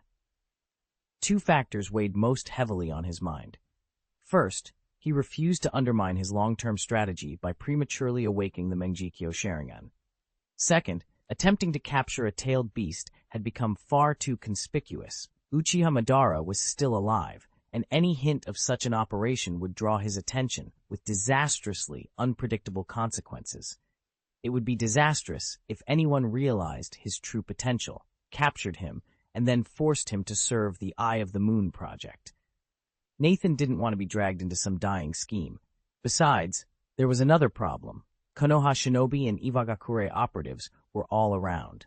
If he struck at the Five Tails Jinchuriki Han and failed to subdue her swiftly, it would erupt into all-out war, and his Mangekyo Sharingan would be laid bare.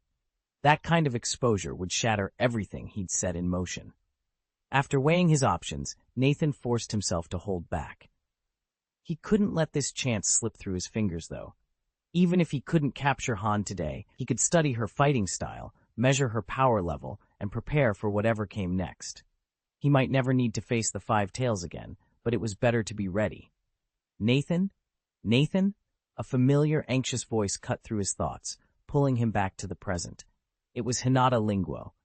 Nathan blinked himself back to awareness just as Hinata Linguo leaned in, voice tight with urgency. "Why'd you stop?" she hissed. "I just spotted the Jinchuriki with my Byakugan. He's on his way here. We need to fall back and link up with the main force now." Before she could say more, a distant woo-woo sound, like a speeding train's whistle, grew steadily louder. Hinata's eyes snapped toward the noise. Her face turned pale. "Move!" she shouted. "He's almost on us." Nathan didn't wait for another word. He peered through the gaps in the forest and saw his opponent charging straight at them. Clad head to toe in crimson armor and shaded by a broad bamboo hat, the stranger emitted plumes of white steam that curled into the sky. He bulldozed saplings aside without slowing, swatted past slender trunks, and only the thickest trees forced him to alter his path by the barest margin. The raw power of his approach was utterly terrifying. Chapter 171, Boiling Escape. 30 seconds earlier, the 7-man rock ninja squad raced through the dense forest. Han, their leader, suddenly came to a halt. The others skidded to a stop around him. "What's wrong, Han?" one of them asked. Han raised a hand, signaling for silence. He closed his eyes and began to sense the flow of chakra within his body. After a few tense seconds, a dark red aura flared across his skin. Its ominous pulse forced the 6 teammates to take an involuntary step back. Even the 4 special jonin at the edges of the group readied sealing hand signs, prepared to subdue the Five Tails should it emerge. Then, just as quickly as it had appeared, the dark red chakra vanished. Han opened his eyes and gave the 4 jonin a calm, assessing look, his expression betraying no irritation at their readiness to act. After a moment, he spoke quietly. "Someone just tried to spy on me." That intrusion riled the beast inside. Without waiting for further questions, Han activated his boiling escape state. Within an instant, the air around him shimmered with heat, and the forest floor trembled as his chakra reached a new, blistering intensity. The others braced themselves, knowing that once Han entered this form, only his command would bring it to an end. Nathan's eyes widened as Han unleashed the full power of the Five Tails chakra. In a single breath, Han's armor hissed and steamed, then blasted him forward like a living jet. No words, no warning, straight toward Nathan's position. Watching Han sprint away, the 6 shinobi trailing behind exchanged glances before giving chase.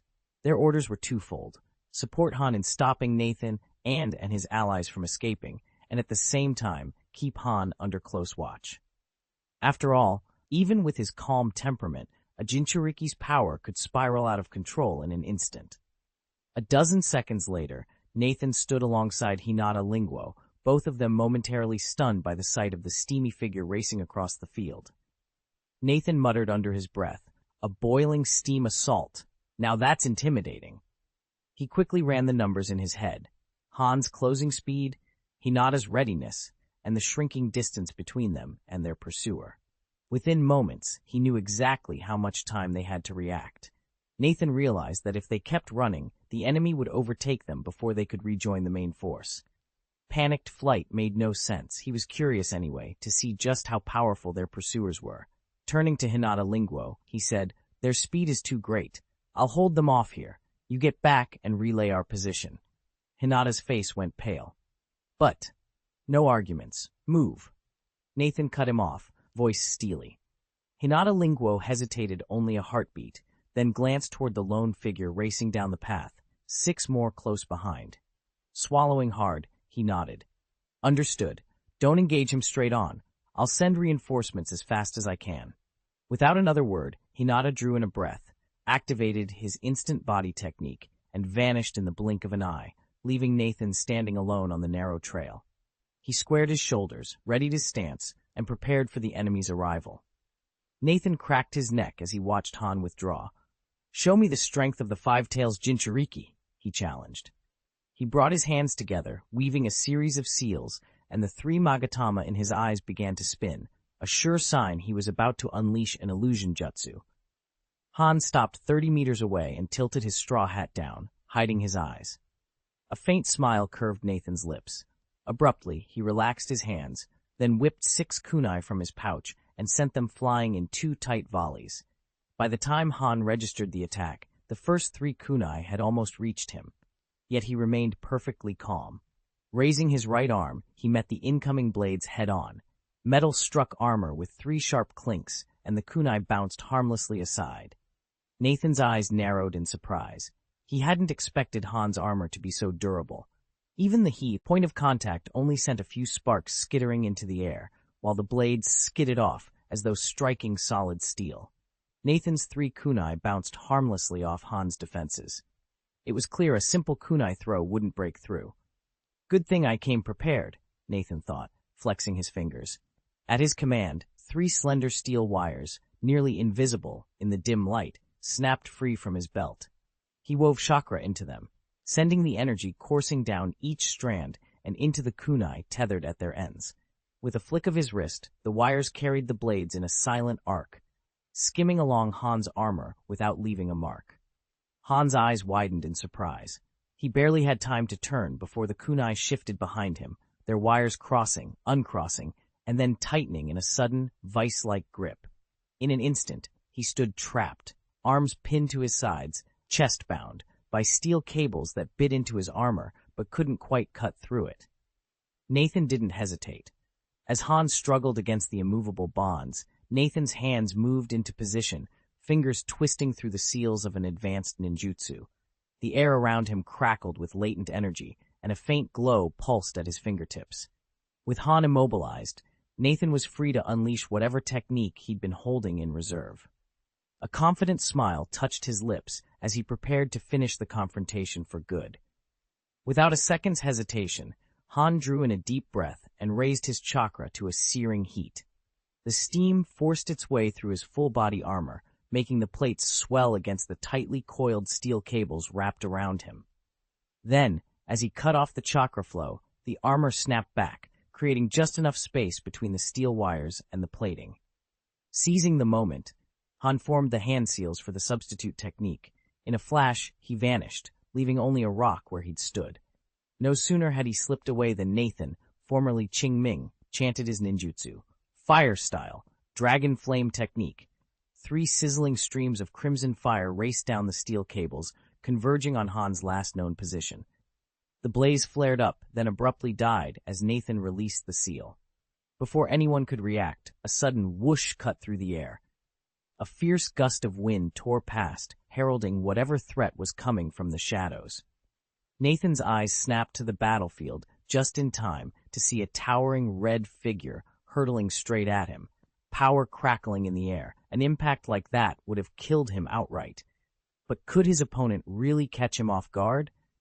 Nathan had tracked his enemy's position the moment he used the substitute technique to evade the initial fire style, dragon fire technique. Now there was no room for surprises. Planting his feet, Nathan propelled himself backward in a blur. Han barreled forward and met only empty air, the afterimage Nathan had deliberately left behind. As the real Nathan dropped behind him, Han streaked past. In that instant, Nathan whipped out a short dagger. The magatama in his eyes spun, focusing his vision on the small gap where Han's armor plates overlapped. With a sharp hiss, Nathan lunged forward, thrusting the blade. If the knife found its mark, Han wouldn't necessarily die, but he'd be crippled. In response, Han's senses flared with alarm. Almost unconsciously, he triggered a chakra release defense. Boiling escape! A rush of chakra burst from him, sounding like steam hissing through a leak. Chi, chi, chi! A shimmering haze enveloped him just before Nathan's dagger could slice home. From a crack in Han's armor, a searing jet of steam exploded outward, aimed straight at Nathan's face. The instant he sensed its blistering heat, he snapped his sword back into its scabbard and leapt backward. Even so, a scorching wave of vapor washed over his skin, and within seconds, angry blisters bubbled up across his cheeks and forearms. Nathan staggered, one hand flying to his wounded face as a white-hot sting shot through his nerves. He forced himself to steady his breath, refusing to give Han the satisfaction of seeing him falter. This opponent was far more formidable than Nathan had ever anticipated. As the pain throbbed with each heartbeat, he knew he'd have to dig deeper if he had any hope of prevailing. Chapter 172. Chasing Han didn't press his advantage after driving Nathan back. Instead, he backed off a good 10 meters and planted his feet, eyes flicking over Nathan with intense caution. Any one of the enemy's previous tactics, be it the sudden kunai strike, the ninjutsu ambush, or that impossibly precise sword thrust, had left him shaken. Confronting Nathan alone now felt too risky. He'd rather hold position and wait for his 6 rock ninja comrades to catch up before striking together. But Nathan's priority wasn't patience. His Sharingan pupils narrowed as he took in the wider battlefield. In the distance, 6 rock ninjas were already racing along the cleared path Han had forced open, hurtling toward this side. Time was running out. Nathan braced himself. He had to stall Han long enough before his foes arrived. Nathan trusted his own strength, but 7 Jonin at once was too much, especially with the Jinchuriki in their number.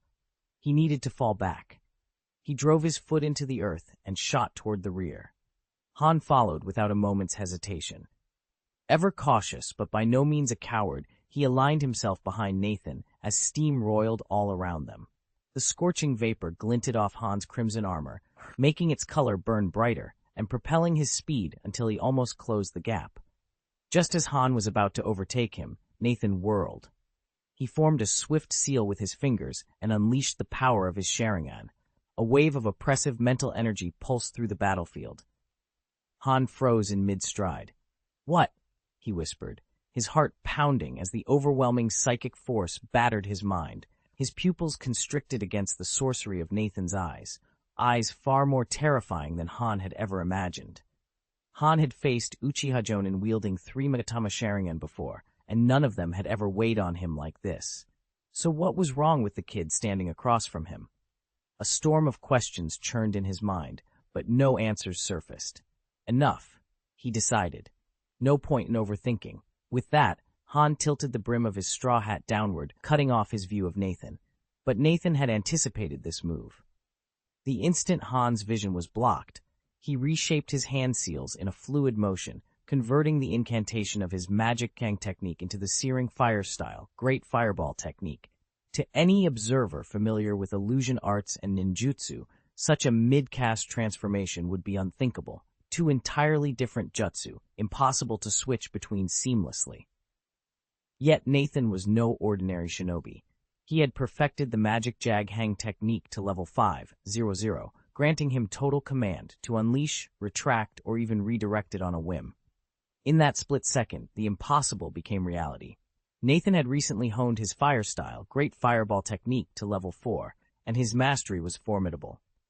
Thanks to his level 4 chakra control and his perfected Phoenix Fire technique, he could shift between hand seals with astonishing fluidity. No sooner had his jutsu begun than the 3-meter-wide inferno hurtled toward Han. By the time Han registered something was off, the blazing sphere was almost on top of him, its searing heat crackling through the air. Realizing he couldn't withstand the direct impact, Han braced himself, and then, with a roar, vented a blast of superheated steam from a crack in his right arm armor. The sudden thrust sent him skidding sideways several meters, skirting the edge of the charge just in time. Nathan, watching his opening slip away, tightened his focus.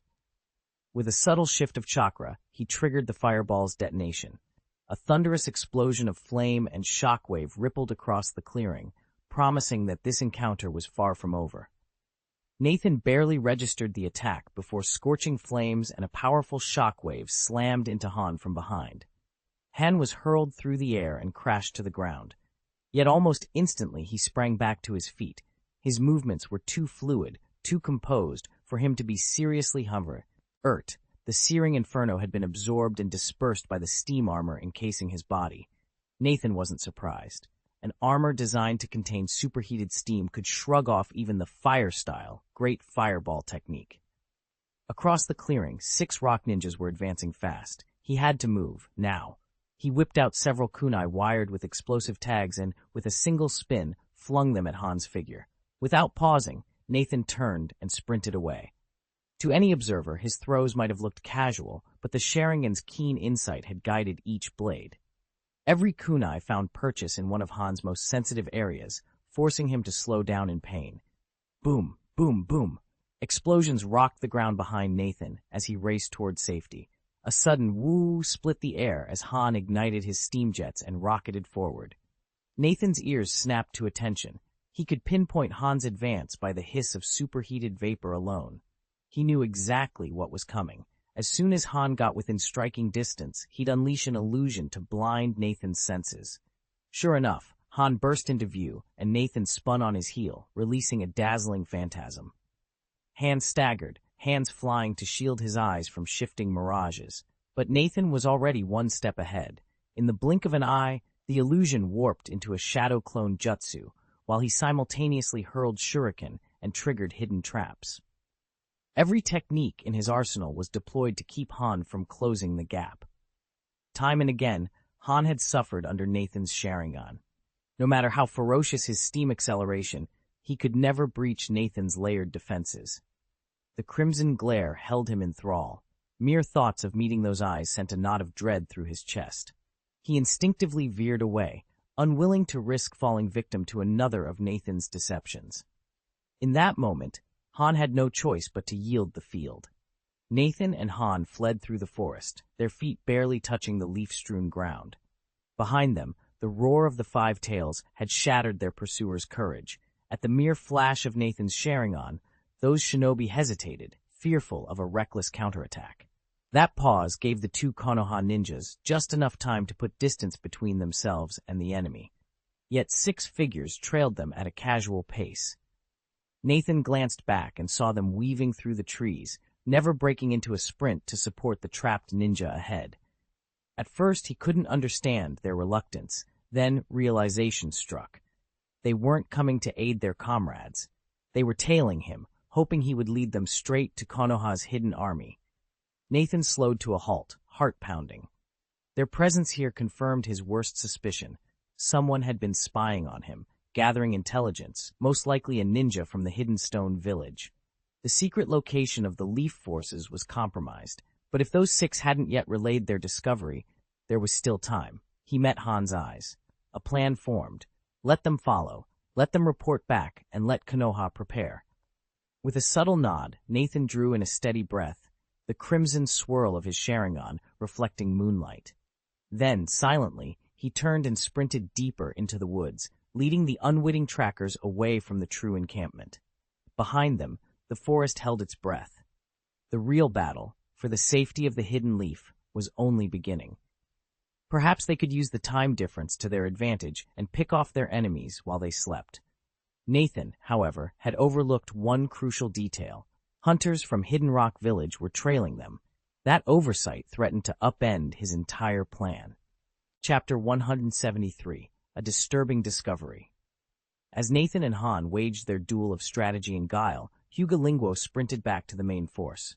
He arrived to find the unit eerily immobilized, every shinobi frozen in place, eyes darting around as if bracing for an ambush.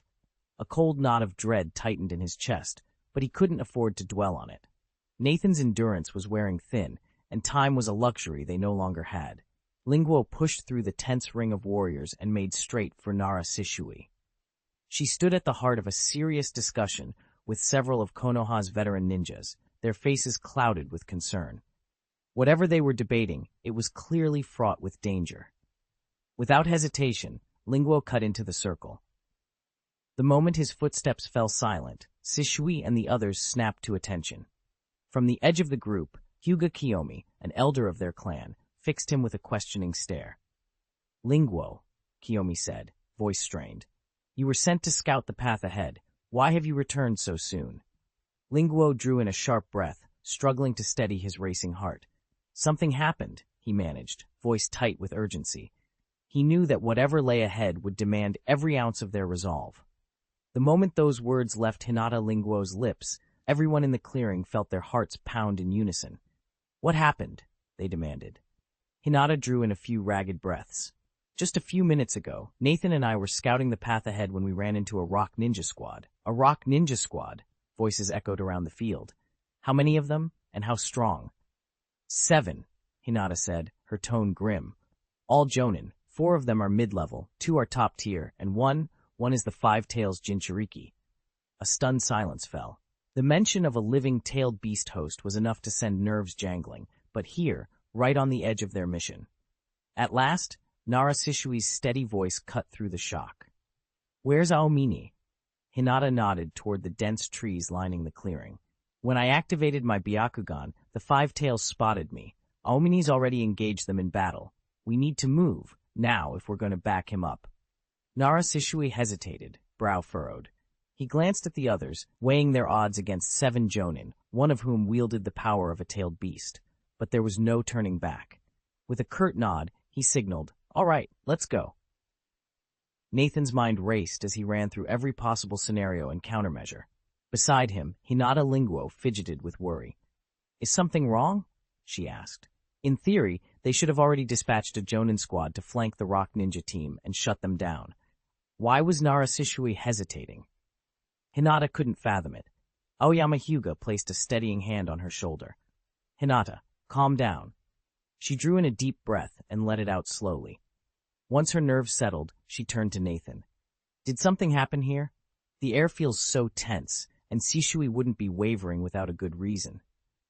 Nathan nodded, still processing the situation. He had sensed that whatever was unfolding ahead was far more complicated than a straightforward skirmish. Now, he just needed to figure out what twist had given even a seasoned shinobi like Shishui cause for doubt. Just as they suspected, Aoyama reported, reconnaissance teams sent out in other directions have also picked up signs of Iwagakure operatives. Linguo drew in a sharp breath. "So they've closed in from multiple sides?" "Exactly," Aoyama confirmed. "There are quite a few of them, and they've effectively encircled us." Linguo's mind raced. Earlier, when Nathan returned, the entire mission plan had been gone over in detail, so he knew exactly what to expect. If the rock ninjas had trailed them without any leads, it would have taken hours, perhaps until noon, to locate their last known rest point, and then another half-day to track them to their current camp. The fact that they'd been surrounded this swiftly could mean only one thing. The enemy must have known their prey. Precise coordinates from the start, without wasting a moment on blind searches. It was the only explanation that made sense. Aoyama Hinata's next words confirmed Nathan's suspicion. "He's here." "Him? You found him?" Linguo Hinata asked. "Yeah," Aoyama nodded. "He showed up a little while ago. I spotted him with my Byakugan, but he was too far away. By the time we got here, he'd already slipped off." "Slipped off?" Linguo frowned. "Exactly." Aoyama shrugged and then shifted her focus. "But forget him for now. The real threat is the Earth-style ninjas who've surrounded us." "How far out are they?" Linguo pressed. "About 4 or 5 kilometers," Aoyama replied. A third shinobi let out a relieved sigh. "Thank goodness we sent the recon team out 5 clicks early. If we hadn't, they could have ambushed us without warning." Nathan pictured the scene. Had they not extended their reconnaissance that far, they'd have been blindsided by the rock ninjas massing just beyond 4 kilometers. If Hinata Linguo's report reached the enemy, they'd dispatch wave after wave of veteran shinobi to surround and crush the rock ninja unit. As soon as the reinforcements closed in and tightened the noose, Nathan's team would be caught off guard, no time to mount an effective defense. The officers exchanged worried glances and fell silent. each waiting for someone to suggest a countermeasure. All eyes turned to Narashishui. He opened his eyes, having just emerged from meditation, and met their gazes with calm authority. Tingfeng, he ordered, send a mind link to every member of the combat squad. Tell them to reinforce Nathan's unit immediately. Right away. Yamanaka Tingfeng wasted no words. He formed the trademark Yamanaka hand seal, closed his eyes, and activated the clan's secret telepathic technique.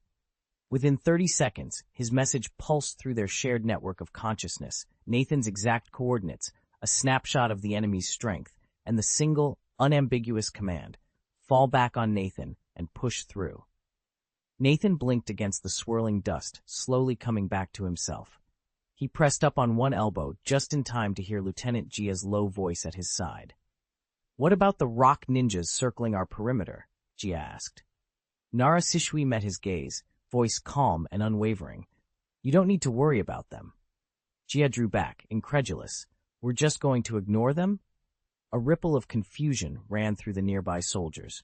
Narashishui raised a hand, silencing the questions. Our only objective is to break through toward Hushan camp. As long as our combat team holds the rock ninjas at bay, we'll slip out of their encirclement before they can tighten it. Do we really have time for that? Private Zhang piped up. More than enough, Shishui replied, a confident smile tugging at his lips. Even if those rock ninjas try to pursue us, they won't be able to catch up, at least not before we link up with reinforcements from Tiger Mountain Camp. The certainty in his tone left no room for doubt. Without another word, each soldier straightened, immediately setting about the tasks they'd been given. The plan was clear. Hold the line, break out, and reach Hushan camp before the enemy even knew what hit them. Could you please provide the full text of the chapter you'd like revised? Once I have the content, I'll rewrite it into smooth, idiomatic English and rename Qingming to Nathan, as requested. Chapter 174, Entanglement. Nathan sprinted through the forest, every breath a ragged gasp in the chill morning air. Suddenly, Shan Zhongfeng's voice echoed in his mind, clear and urgent. Nathan skidded to a halt, listening. He understood immediately. Narashishui was laying a trap. Without hesitating, he whirled and led Han and the 6 stone ninja diversions down a hidden path between the trees. A few minutes later, the undergrowth thickened into a near-impenetrable wall of roots and vines. Han kept pace behind Nathan, alert for any sign of pursuit. Before they could gain full cover, however, a barrage of enemy attacks rained down.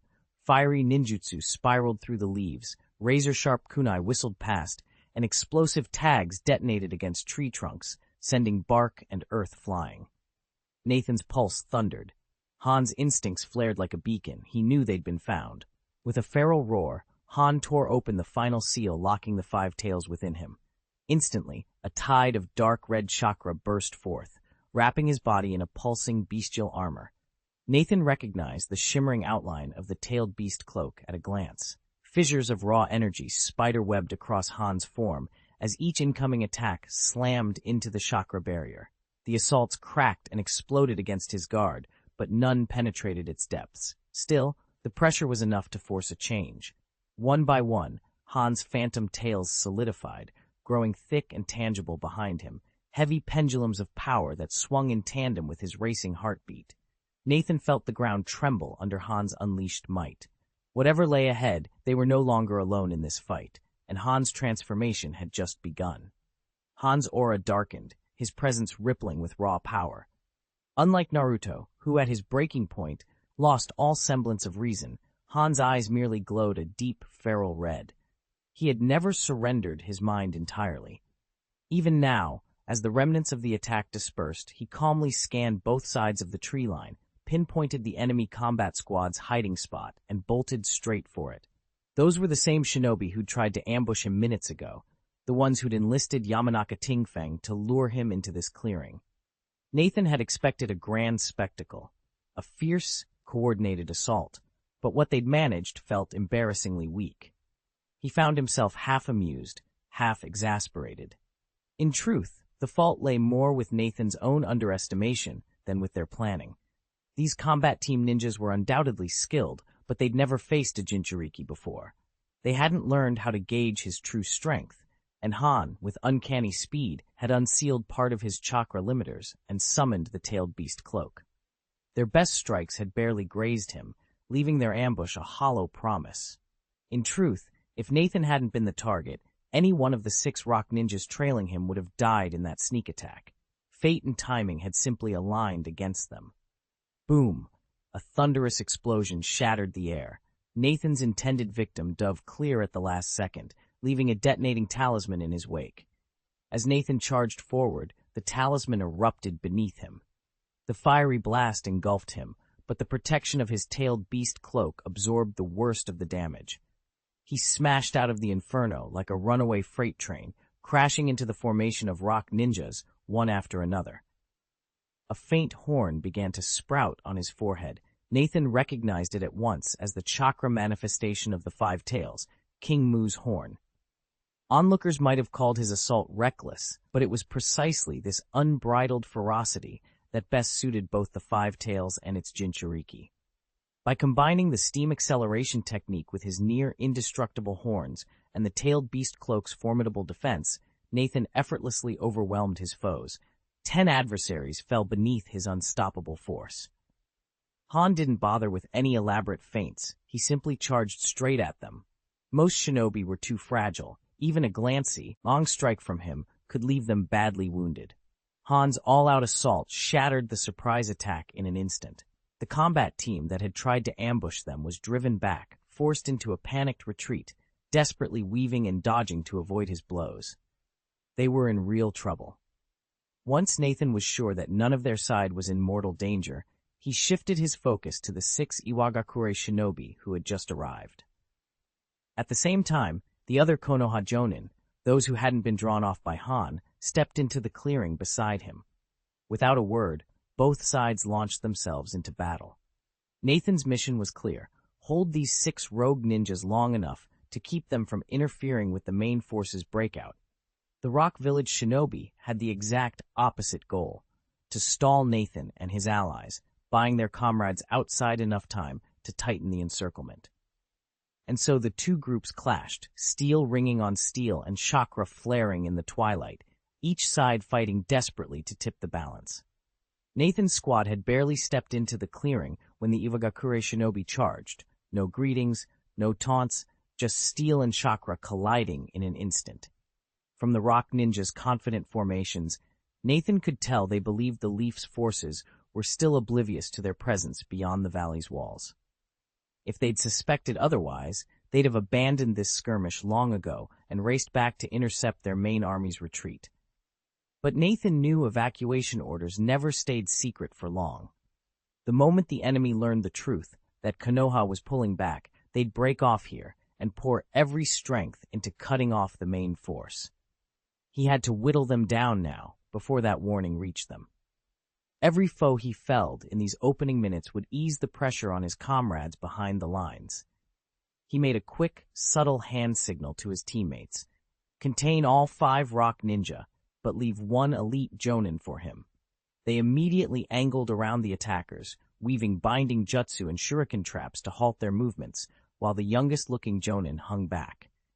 With that cover in place, Nathan summoned his chakra, surged forward, and unleashed a precise fireball technique, striking hard, fast, and hoping to deliver the decisive blow before the enemy's horns could ever sound. Nathan didn't hesitate. He sprang into action the moment the battle began. With the edge of his blade flashing and the power of his 3 Tomoe Mangekyo Sharingan guiding every strike, he immediately seized control of the fight. He'd assumed that any special jonin assigned alongside Han would be an exceptional warrior. After all, Han himself was one of the village's fiercest fighters. Nathan quickly realized how wrong he'd been. His opponent, though officially a special jonin, fought only marginally better than an average one. Nathan's skill and speed gave him an unassailable lead within a dozen exchanges.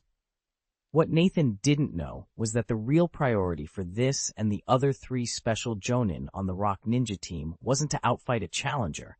It was to prepare a coordinated sealing jutsu. Should Han lose himself to the 5 Tails' rage, they'd step in to trap the beast back in its Jinchuriki's body. Under the impression that fighting alongside Han automatically meant matching his teammates' legendary strength, Nathan had expected a far tougher challenge. The truth, and the strategic intent behind the Rock team's assignment, had never occurred to him. But it didn't matter now. He'd gauged his opponent as merely competent and saw no reason to hold back. Gathering every ounce of chakra, Nathan launched into his next assault, unleashing a barrage of techniques that would leave no doubt about who truly commanded the field. Nathan seized the moment and unleashed his Genjutsu Sharingan, instantly seizing control of the special Jonin's mind. A handful of rock ninja lunged forward to break the hold, only to be met head-on by Konoha's Jonin, who barred their path. With his foes distracted, Nathan drew his sword in one smooth motion and drove it straight into the special Jonin's chest. A geyser of blood erupted as the young warrior staggered backward. His eyes, once fierce, now reflected the crimson swirl of Nathan's Sharingan. He opened his mouth to speak, but no words came. He simply collapsed at Nathan's feet, the life ebbing from him in ragged silence. Chapter 175, Appearance. The blade slipped free with a sharp squeak. Nathan's expression remained unreadable as he thrust his short sword into the rock ninja's chest. The man's legs gave out beneath him. He crumpled to the ground, clutching at the wound. A few agonized gasps later, his struggles ceased. Without pausing, Nathan's eyes roved the battlefield, searching for his next enemy. With a sudden surge of speed, the body flicker technique, Nathan vanished and reappeared at another rock ninja's side. This time, thanks to the Konoha Jonin pinning down their foes, he needed only a few heartbeats to seize his chance. Their gazes locked, and Nathan wove hand signs in an instant, casting the Genjutsu, hanging jail. Spectral chains shot forth from the ground, wrapping tightly around the ninja's limbs and pinning him in place. Just then, a Konoha Jonin leaped forward, driving a kunai through the captive's back. The rock ninja sagged, eyes wide with shock, before dropping to his knees and succumbing to the wound. Nathan gave the Jonin a curt nod of thanks, then darted off toward two more adversaries. Their next target was one of the true Iwagakure Jonin, an elite shinobi renowned for his strength. In less than 2 minutes, the veteran had already forced another Konoha Jonin to his knees. Nathan sprinted to join him, steel flashing in his hand, ready to turn the tide of this deadly contest. Nathan vaulted into action, determined to bolster his teammates against the onslaught of Iwagakure Jonin. He decided his best move was simple: strike down the weaker opponents first, then concentrate his forces on the two true powerhouses. As the old saying went, pick the lowest hanging fruit. Han was currently locked in combat with several Konoha Jonin and could wait until Nathan had dealt with these shinobi. The plan was unfolding perfectly. Nathan had just slain the third Iwagakure specialist and was zeroing in on the fourth when the ground beneath him shuddered. He leapt onto a sturdy branch of a nearby tree, assuming someone was using an Earth-style escape jutsu. But the instant his feet left the soil, the spot he'd occupied split open, and a grotesque insectoid creature burst forth. Nearly 2 meters long, the beast scuttled on 3 pairs of barbed, jointed legs, its armor like shells glinting dully in the filtered light. Nathan froze for a heartbeat, weapons poised. He had no idea this was Shika, the summoned monster of Ohara Hideji, only that he was staring down a lethal adversary he'd never anticipated. Nathan caught only a flash of the creature's vibrant and earthen yellow eyes before its cavernous maw swung open toward him. An instant later, a ferocious suction clawed at his body, as though the insect beast, Chika, meant to swallow him whole. Refusing to be drawn in, Nathan rooted himself by channeling chakra into his feet. He snapped his hands into the Wei seal and unleashed the body flicker technique. In the blink of an eye, he vanished from his original position and reappeared several meters back. At the same moment, he drew a kunai from his ninja pouch and hurled it straight at Chika's head. This was no ordinary kunai. Its hilt was bound with a blasting talisman that Nathan had already activated. Sensing imminent danger, Chika snapped her jaws shut and twisted her head to the side. With a thunderous crack of chitinous scales, she swung her armored tail to intercept the incoming blade. The kunai struck the tail with a metallic ring, but Chika's tough carapace held firm. No sooner had the weapon bounced off than the talisman detonated in a concussive blast that ripped through the air. Plumes of dust and energy spiked outward as Nathan braced himself for whatever came next. The talisman fastened to Nathan's kunai detonation grip flared to life and exploded in a flash of red fire. In an instant, half of the giant insect beast's body was engulfed in searing flames. The creature howled in agony, spinning wildly as its 6 spiky legs carved deep gouges into the earth and splintered nearby tree trunks. Though its armored shell held firm, it thrashed with the fury of a cornered predator. After several tense breaths, the fire finally died away, and the beast collapsed to one side. Its scales were blackened and cracked, gravely injured, but not yet defeated. Nathan forced himself to calm down. He'd trained for this moment under Ohara Hideji's strict tutelage, and now he needed to put that lesson to use. Casting a swift, wary glance around to ensure no foes lurked in the shadows, he dashed toward the nearest Iwagakure Jonin. Gathering chakra at his throat, he performed the summoning jutsu. With a single, precise motion, Nathan opened his mouth, then expelled a small, tightly rolled scroll. The paper whirled through the air in shimmering seals, and, in the next heartbeat, Ohara Hideji himself appeared at Nathan's side. Nathan's pulse quickened as he recognized his mentor. Everything clicked into place. The shadows trailing him, the unseen watcher he'd sensed. This had been Hideji all along. Hideji surveyed the injured insect beast, then fixed Nathan with a half-smile. "Well done," he said, voice calm but edged with pride. "But tell me, what did you learn from this fight?" Han's warning cut through the forest like a blade. "The Konoha forces are breaking out. They've only been stalling us." Every Iwagakure Jonin froze at once, none more so than Han, the Five-Tails Jinchuriki, still tangled up with his Konoha opponents.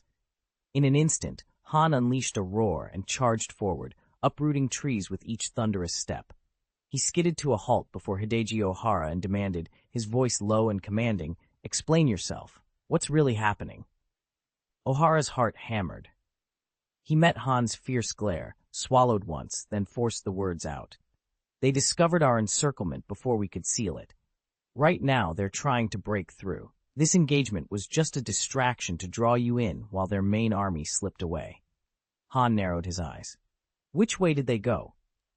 Ohara pointed without hesitation toward the northeast. "That's the direction the Konoha army took." Nathan paused only a moment to lock onto his target's direction. Then, without a word, steam billowed from every pore of his body as he surged forward like a charging locomotive. Several Konoha Jonin raced to intercept him, unleashing ninjutsu and tossing explosive tags, but their attacks shattered harmlessly against Nathan's tailed beast cloak. Unfazed, he pressed on. In desperation, one Jonin planted his feet and formed hand seals. "Earth escape, flowing earth wall," he shouted, causing a massive earthen barrier to rise up in Nathan's path. For an instant, hope flickered in the Jonin's eyes. Then Nathan's single tail split into two, and the bone-white horns on his forehead thickened and hardened. With a deafening crack, he collided with the wall. The barrier buckled under the impact and crumbled away in less than a heartbeat. Shockwaves knocked the Jonin who'd cast the jutsu off his feet, leaving him unconscious and bleeding, the fate of his life hanging in the balance. Frozen by what they'd just witnessed, the remaining Jonin dared not stand directly in Nathan's way again. Instead, they fell into formation behind him, peppering him with long-range jutsu and feinting attacks, trying to slow his advance. Their skill was undeniable, and their combined techniques kept Nathan from moving completely unchallenged. But only barely. Relentlessly, he tore through their defenses, every stride carrying him closer to his goal. They would never have caught up with him, let alone slow him down.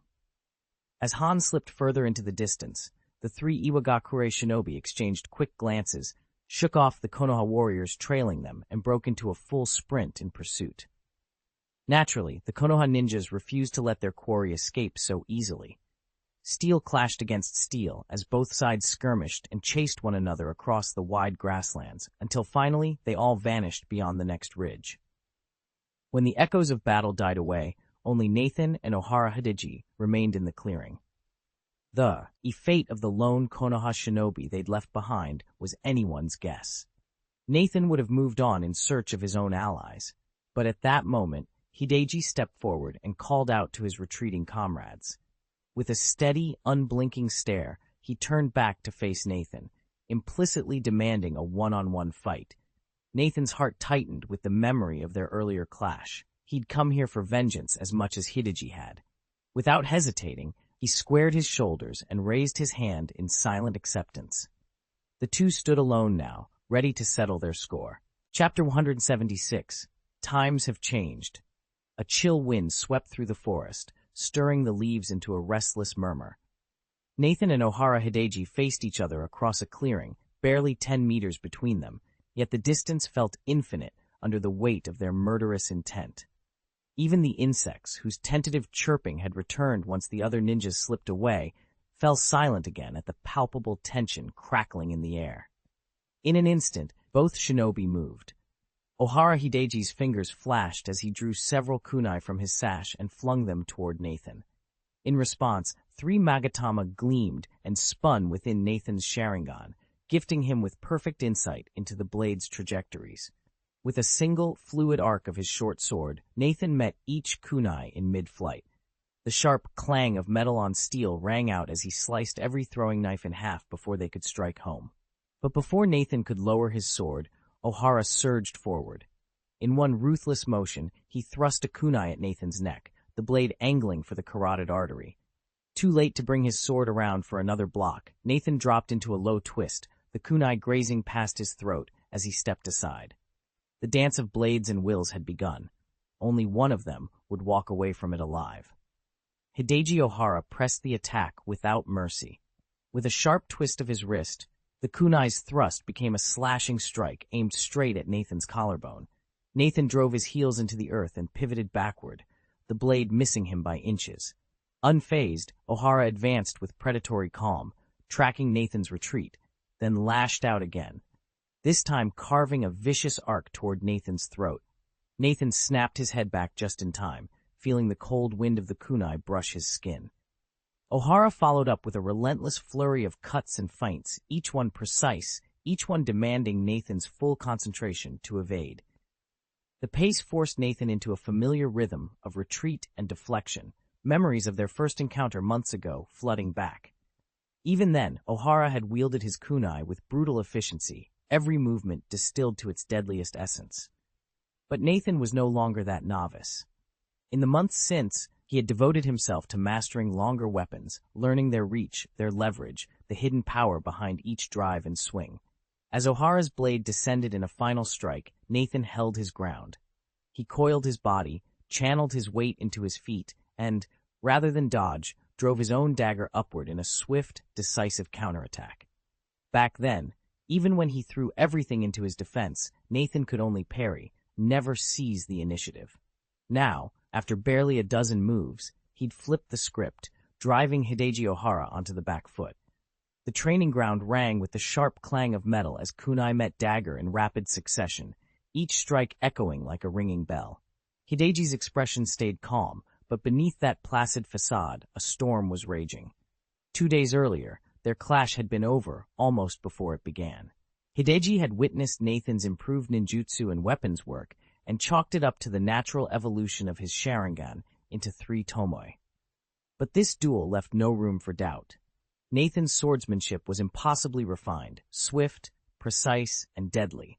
If Hideji hadn't felt those blades slice past him himself, he'd never have believed the same boy he'd sparred with months ago could move like this. The gap between then and now was staggering. As that realization crashed over him, Hideji's eyes narrowed, a fierce, murderous intent flickering within. The battle had only just begun. Nathan's hatred for the Uchiha clan ran deep. He'd never forgive them, and he would never allow another genius to rise from their ranks. Today, he'd kill his target, no matter what it took. Unfortunately, Konoha's forces had anticipated their ambush and forced Han's squad to withdraw before the trap could spring. Without his teammates, victory, or even survival, rested entirely on his partnership with Hika.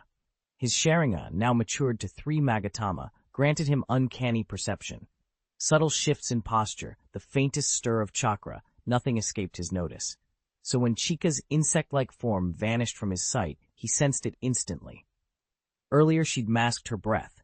Now he realized she could cloak her presence altogether. He braced himself against the thought of a surprise attack. Splitting his focus, he propelled his assault forward even as he listened to the murmur of wind through the grass and scanned every shadow for her return.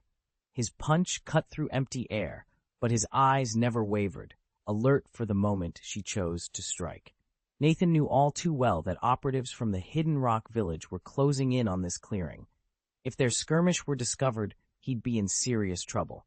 He had to finish this fight quickly. Clang! Clang! Clang! Kunai met short sword in a rapid, deadly rhythm, then the sharp tear of fabric. Hideji Ohara frowned, glancing down at the split of his tunic around his waist. His eyes flickered with panic. A moment earlier, Nathan had feinted masterfully and unleashed 2 precise strikes, one narrowly missing Hideji's kidney. If Hideji hadn't twisted away at the last instant, the blade would have scored. Every heartbeat ratcheted up Hideji's tension. Sweat beaded at his brow as he parried again and again, but each clash only confirmed what he feared most. Nathan was reading his moves too well. With every passing second, Nathan anticipated Hideji's shifts and found the perfect opening. No matter how Hideji tried to dodge or counter, Nathan positioned himself to strike. In his mind, Nathan tallied the odds. If Hideji didn't adapt his tactics soon, the fight would be over in minutes. The question was whether Hideji could cool his fear and change the tempo of this duel, or if Nathan would claim victory before reinforcements arrived. They circled each other in the stifling tension of the clearing. Every tick of the invisible clock drove them closer to a final, decisive blow. As the fight dragged on, scars began to mar Ohara Hideji's flesh, each one the brutal proof of Nathan's relentless assault. Nathan's strikes grew fiercer by the second, and at last he thought he saw an opening, a chance to land a decisive blow. Then, almost too late, he felt it, a faint tremor beneath his feet. Only because he'd been scanning the battlefield for the smallest shifts did he notice the change in the earth's texture. Instinctively, Nathan leapt backward, just as an armored, scale-covered insect beast burst from the ground. Its mandibles snapped wide, as if it intended to swallow him whole. But Nathan was quicker. The monster's jaws closed on empty air, catching only the ghost of his form. Hideji, however, had anticipated Nathan's dodge. Before the beast even had time to recoil, he was already forming seals with his hands and drawing in a breath. In the next instant, he expelled a concentrated blast of vacuum energy, nearly invisible, but propelled as forcefully as a bullet. The 3 Magatama in Nathan's Sharingan spun wildly. Though the vacuum blast was transparent, his awakened vision traced its deadly trajectory as though it were etched in light. In a fluid motion, Nathan's body flickered out of the way, each shot slicing through the space he had just occupied, harmlessly tearing into the ground behind him. For a heartbeat, neither warrior moved. The insect beast writhed underground, Hideji's scars glistening with sweat, and Nathan, breathing hard, stood ready for whatever came next. Nathan seized the moment, drawing 3 razor-edged shurikens and flinging them straight at Ohara Hideji's throat, heart, and lower abdomen. To his astonishment, the insect beast intervened, flicking its barbed tail and knocking each shuriken aside with pinpoint precision. This wasn't mere loyalty. The creature had timed its defense perfectly, betraying a keen intelligence that Nathan couldn't ignore in future encounters. Thoughts racing, Nathan fixed Hideji with a steady gaze and began weaving complex hand seals. He intended to cast an illusion, and Hideji, sensing the danger, dared not meet his eyes and quickly looked away. In that split second of distraction, Nathan changed course. Just as he seemed ready to unleash the magic jag-hang technique, he subtly shifted his seals and instead expelled a searing wave of flame, the mighty fire-style Phoenix Fire technique. In the next instant, dense fireballs erupted from Nathan's mouth and split into 2 streams, 1/3 slamming into the insect beast, the other 2/3 hurtling straight for Hideji Ohara. Chapter 177, Killing What? Ohara Shuji staggered back, eyes widening in alarm as dozens of blazing fireballs materialized before him in an instant. There was no time to think. Muscles coiled, Shuji kicked off the ground and hurtled backwards, barely dodging the inferno. Behind him, the insect beast, sensing its own peril, burrowed into the earth with a sudden tremor, vanishing without a trace. Nathan ignored the creature for now. He had Shuji in his sights. As soon as his opponent landed, Nathan activated the blinking technique. In a heartbeat, he vanished and reappeared right beside Shuji. His hand whipped out a hidden dagger, driving it toward Shuji's heart. Startled, Shuji had only a split second to react. He spun his kunai to meet the strike, metal screaming against metal. Still, Nathan's blade found its mark, slashing a jagged wound across Shuji's waist. A spurt of dark crimson blood soaked through Shuji's uniform. He staggered, pressing a hand against the torn fabric, pain flaring like wildfire across his side. Gritting his teeth, he lunged forward, kunai raised high and eyes blazing with murderous intent. The two adversaries clashed again, blood, steel, and unyielding resolve colliding in the moonlit clearing. Obara Shuji barely had time to react before Nathan anticipated his move and vanished in a blur. Instantly on guard, Shuji's eyes darted around, every muscle primed for an attack from the shadows. He'd faced Nathan's disappearing trick more times than he cared to count, and each time he'd learned a little more. Never trust what you can't see. A sharp whistle of steel cut through the tension. Shuji's heart jumped as he spun on his heel, retreating and raising his kunai just in time to meet Nathan's dagger. Metal clanged against metal in a shower of sparks. Shuji's mind raced. He'll vanish again and come at me from the side. He watched Nathan's feet like a hawk, ready to predict the next teleport. But Nathan didn't move. He stood perfectly still, blade at the ready, as if daring Shuji to make the first move. Confusion flickered through Shuji's thoughts. What was Nathan up to? A knot of danger tightened in his gut. He lifted his head and froze. In Nathan's left hand, a soft blue glow swirled into existence. A compact sphere of chakra, pulsing with quiet power. Nathan sized up his opponent in an instant. Any experienced Jonin could recognize a high-density chakra formation when they saw one. Condensing chakra to this degree meant serious destructive power. He couldn't afford to stand his ground. Without hesitation, Obara Shuji sprang off the earth with both feet and somersaulted backward, putting distance between them. But Nathan was already charging. He molded chakra into a perfect, spinning blue sphere in his left hand and aimed it directly at Shuji's abdomen. At the last possible moment, Shuji activated his substitution technique. Boom! Nathan's Rasengan plowed through the bundle of stones left behind by the jutsu, but failed to touch Shuji himself. The explosion of debris flickered across Shuji's vision. Relief washed over him. If he'd hesitated even a fraction longer, that blow would have crippled him. Nathan whipped his head around, eyes flashing as he pinpointed Shuji's new position and kicked off the ground in pursuit. But before he could close in, the earth trembled beneath him. A grotesque insect beast erupted from the soil, its serrated mandibles snapping as it lunged at Nathan's thigh. Nathan's advance faltered for the briefest moment, but his compact build gave him the edge. He twisted aside and let the creature's jaws snap shut on empty air. Regaining his balance, he wiped a bead of sweat from his brow and prepared for the next strike. Nathan's sword barely cleared his shoulder as the insect beast swooped overhead. With a snarl, the creature twisted its massive, armored tail and whipped it toward him. The wind's howl warned him of the sheer force behind that blow. If it landed, there'd be no stopping it. Nathan slammed his feet against the ground and vaulted aside just in time. The beast's tail struck the earth with a thunderous crack, gouging a jagged fissure in the hard-packed soil. Nathan's eyes flickered. Without hesitation, he pressed his hands together and molded the seals. Fire release, fireball technique, he intoned. Instantly, a glowing orb of flame billowed into existence before him and hurtled forward like a meteor. The insect beast had no time to dodge. In a desperate reflex, it curled its soft underbelly beneath its thick, scaly shell, trying to shield itself from the oncoming blast. The fireball detonated on contact, a roaring inferno exploding outward. The shockwave slammed into the beast's armored back, then blasted it end over end, flinging it through the air like a rag doll. Flames licked the ground where it had stood, sending up plumes of dust and sparks.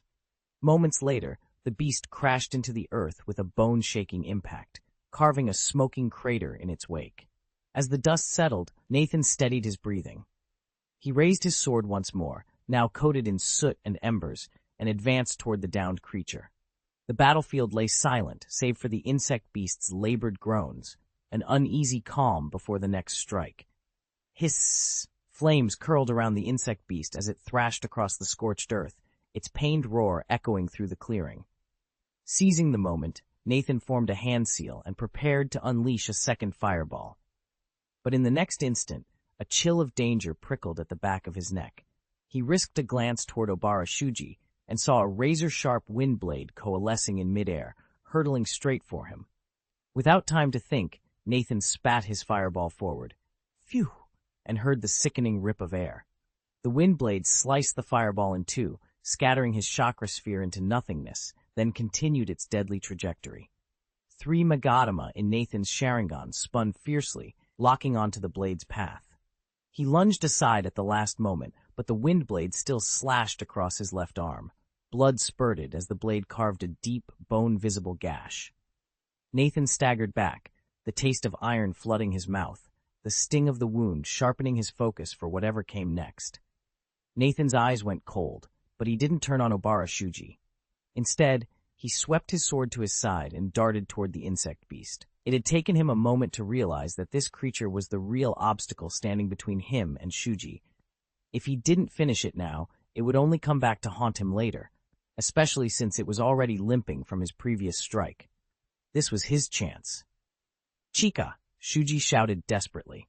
At his master's call, the insect beast forced itself upright and bolted for the ground, intending to burrow to safety. But Nathan was quicker. He closed the gap before the creature could vanish beneath the earth. The beast skidded to a halt on its 6 spindly legs and sprinted across the clearing. Nathan drew his last few kunai from his tool pouch, wrapped each one in a detonating talisman, and readied his stance. In a fluid motion, perfectly honed by countless drills in ninja tool throwing, he sent them flying. The red gleam of his 3 Magatama Sharingan sharpened his aim, guiding the talisman-laced blades straight toward their mark. Nathan watched the insect beast streak toward him, its many legs churning the forest floor into a blur. Calmly, he anchored 3 kunai, each loaded with a burning detonation talisman, into the trunks of nearby trees. The creature's instincts flared as it neared the first kunai. It swerved right to avoid the blast, only to spot another talisman-lit blade moments later and veer again. By the time it recognized the third, all 3 talismans ignited together. Boom, boom, roared through the clearing, and the insect beast was hurled backward, dazed and off balance. Seizing the moment, Nathan sprang forward.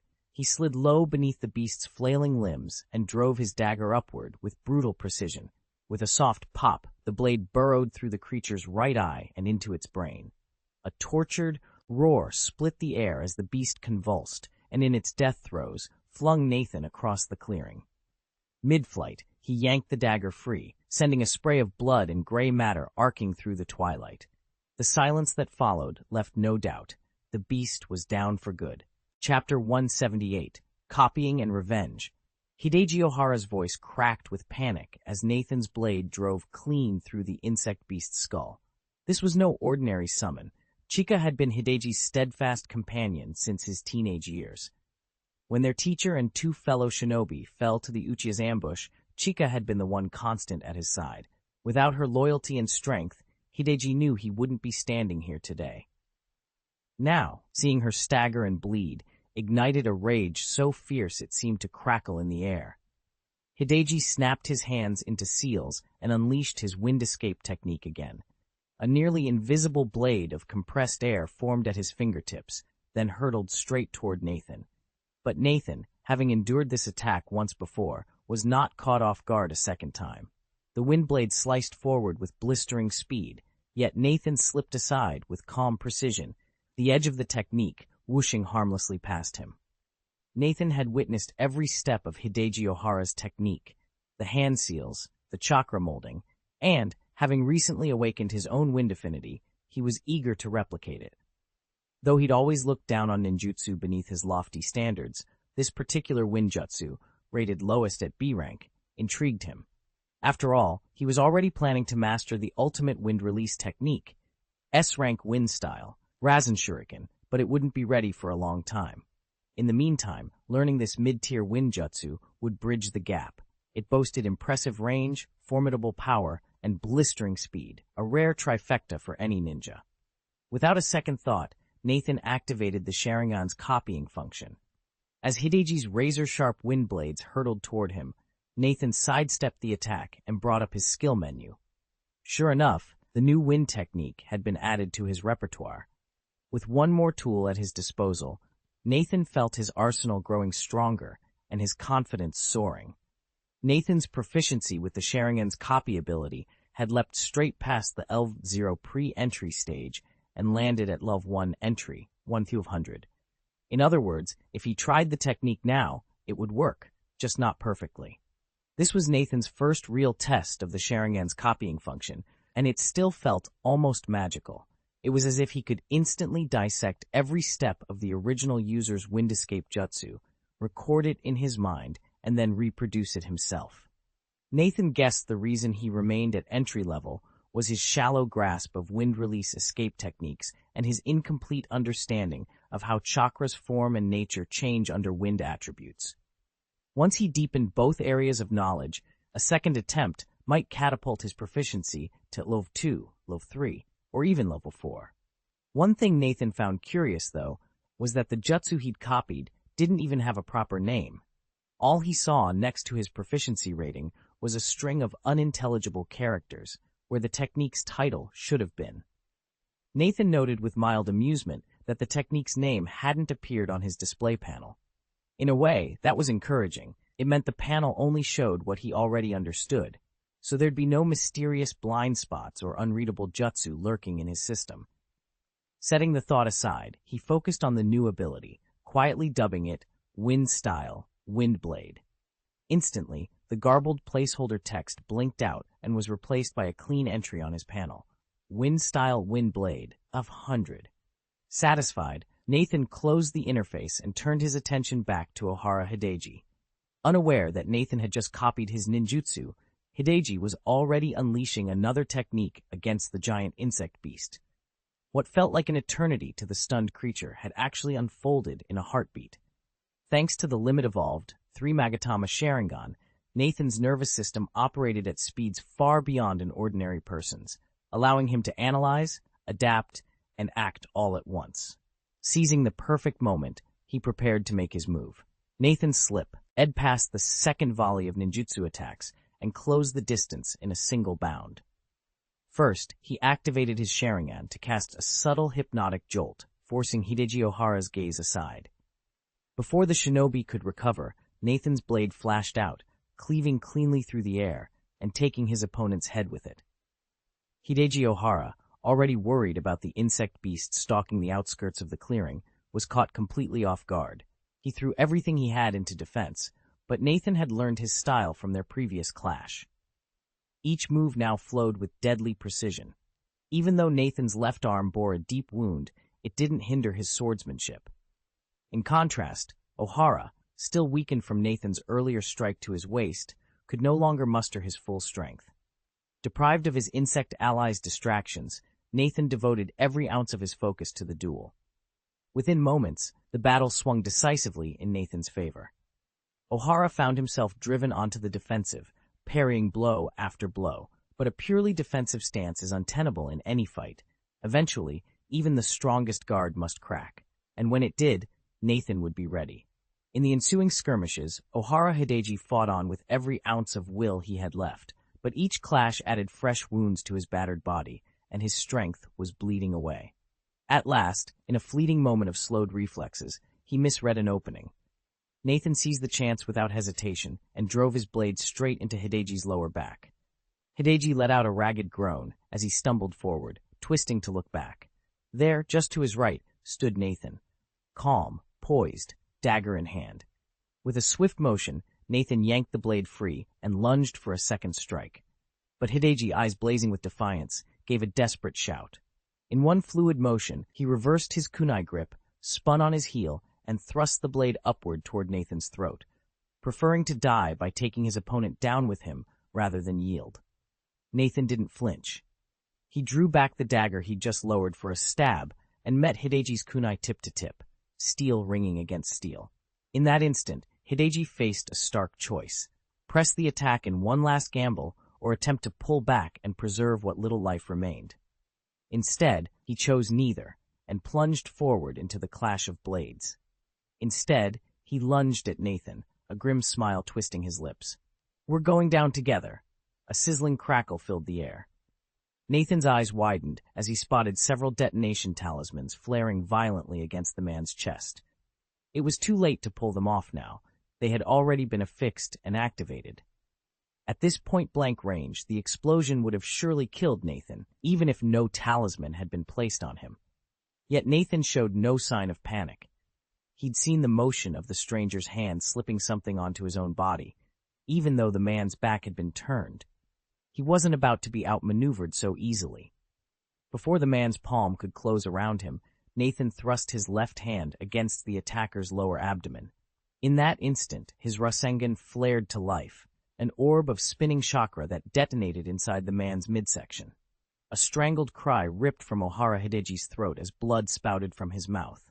He was sent hurtling backward, his body twisting through the air like the blade of a broken windmill. "No!" Ohara Hideji's howl of disbelief faded into the distance as he collapsed. Nathan stood motionless for a heartbeat, heart pounding fiercely, before he turned away from the wreckage and prepared for whatever dangers lay ahead. Nathan's thoughts were cut short by the thunderous roar of explosions. In an instant, searing red flames blossomed around Ohara Hideji, reducing him to a smoldering, half-burned husk as he fell back to the ground with a final, ragged gasp. Silence followed, broken only by the crackle of dying embers. Nathan stood motionless, a strange calm washing over him. Since arriving in this world, few people or things had ever left a mark on him. Yet Hideji had been one of them. Now that vengeance was complete, Nathan felt an unexpected lightness in his chest, as if a heavy burden had at last been lifted. Today, at long last, it was over. Chapter 179, Instant Kill. Nathan settled onto a nearby rock to catch his breath, then turned his attention to his injuries. Thanks to the healing technique he'd refined almost to perfection, most of his cuts and bruises could be sealed in moments. But the jagged gash across his left arm, carved deep by Obara Shuji's wind release, Windblade, was another story. It cut so far down he could see bone, and in his rush to finish Obara off, he'd forced a Rasengan from that very hand, reopening the wound and driving the injury even deeper. "Well, at least I can patch it up enough to keep fighting," he muttered. Pressing his right hand against the wounded area, Nathan summoned a wave of yang-infused chakra through his healing technique. The restorative energy pulsed into the tear, coaxing torn flesh back together, smoothing scar tissue over exposed bone, and knitting sinew and muscle in place. Within moments, the gash closed, leaving only a pale, serrated scar. It was far from fully healed. Any heavy strain would rip it open again, but it was enough for now. Nathan retrieved a clean bandage from his ninja pouch, applied a thin layer of ointment to the fresh scar, and wrapped his forearm tightly. As he flexed his fingers and tested the range of motion, he felt the warning tingle of unfinished healing, but he was ready. With his arm stabilized, he rose to face Obara Shuji once more, determined to end this battle here and now. Nathan wrapped a bandage tightly around his left arm, partly to stem any bleeding if the wound should flare, and partly to sell the appearance of a serious injury he could exploit later. With his makeshift tourniquet in place, he reached into his ninja pack and withdrew a fresh supply of kunai and shuriken, refilling the pouches he'd nearly emptied in the last skirmish. He was about to slip away when a sudden thought gave him pause. Moving with silent efficiency, Nathan threaded his way through the undergrowth toward a thicket at the forest's edge. There, hidden among the trees, lay a Konoha Shinobi, the very one who, minutes before, had tried to stop Han's escape with the escape and earthflow wall jutsu. Han had shattered that barrier and sent the challenger sprawling. Now the man lay motionless on the ground, armor cracked and blood coating his chest and limbs. Only the faint rise and fall of his breathing convinced Nathan that he wasn't already dead.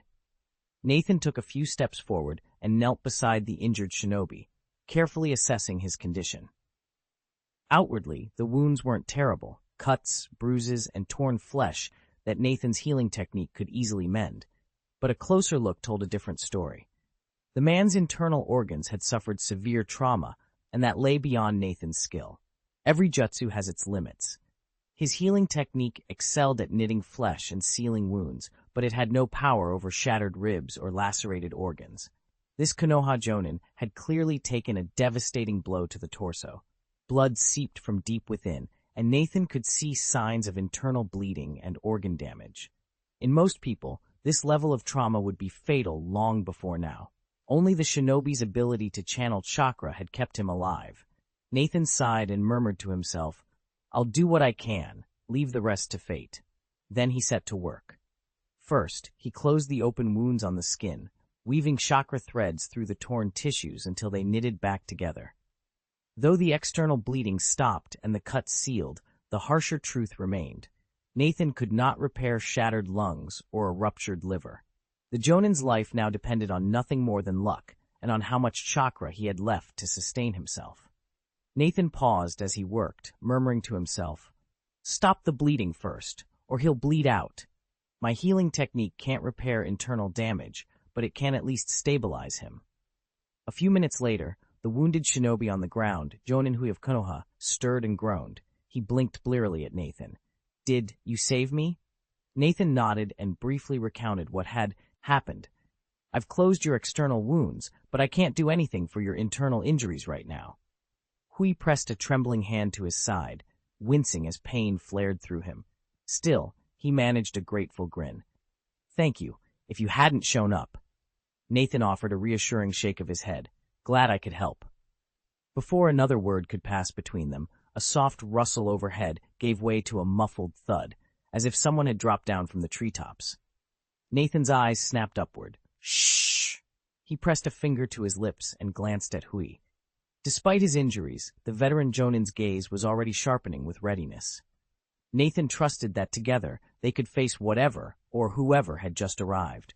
First the scout pressed a finger to his lips, then pointed at himself, then in the direction of the faint rustling, and finally gave Nathan a curt nod.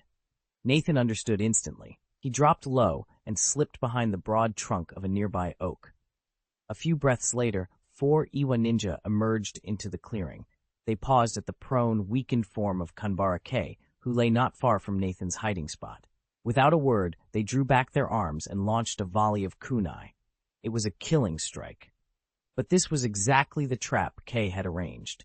He'd agreed to act as bait, sacrificing himself to lure Nathan into the open, and if necessary, provide a way for Nathan to flee.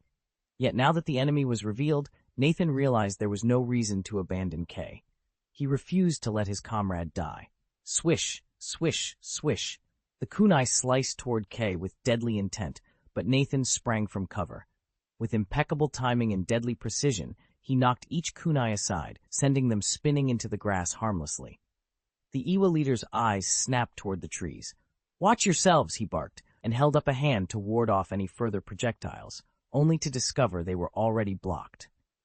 He glared into the undergrowth, realizing that a hidden enemy had just turned the tide. All that met his vision were 2 eyes blazing with a crimson hue. Sharingan? That was the last coherent thought the Iwa ninja had before searing pain exploded in his throat. An assassin's shuriken had found its mark. A ragged, mocking chuckle slipped from the rock ninja captain's lips as he fought to stay conscious, his gaze fixed on the gnarled oak nearby. Perched on one of its sturdy branches stood a solitary figure, Nathan. "Captain!" one of the 3 rock ninjas cried, scrambling to follow his leader's desperate gesture. But it was already too late. The captain's fingers twitched in midair, then froze as a second shuriken whistled through the night and buried itself in his throat. He coughed up a mouthful of blood, his head lolling to one side, and collapsed in an instant. The 2 remaining ninjas stared upward in horror, finally recognizing the silhouette carved against the moonlit sky. Nathan stood motionless in the tree, his blood-red Sharingan eyes glinting coldly in the darkness, unyielding and unflinching. When the 2 rock ninjas caught sight of the crimson Sharingan, the truth of their captain's fate hit them like a punch to the gut. They immediately averted their gazes, but it was already too late. Nathan's hands flickered through the seals for fire-style Phoenix Fire technique, and in the next instant, a barrage of blazing fireballs, each no larger than an impatient seed pod, erupted from his palms and streaked toward them. The 2 ninjas spun apart, weaving through the inferno just in time. Scorched edges seared their uniforms and stung their skin, but they escaped with only minor burns. Their relief was short-lived. In the blink of an eye, Nathan was standing between them. "What?" one of them screamed, shock cracking his voice. A blade of pure light sliced through the air. The first ninja never even had time to shout. Nathan's sword slashed across his throat, and he crumpled to the ground in an instant. The second ninja lunged forward, blades whirling, desperate for a counterstrike. But Athen had already vanished.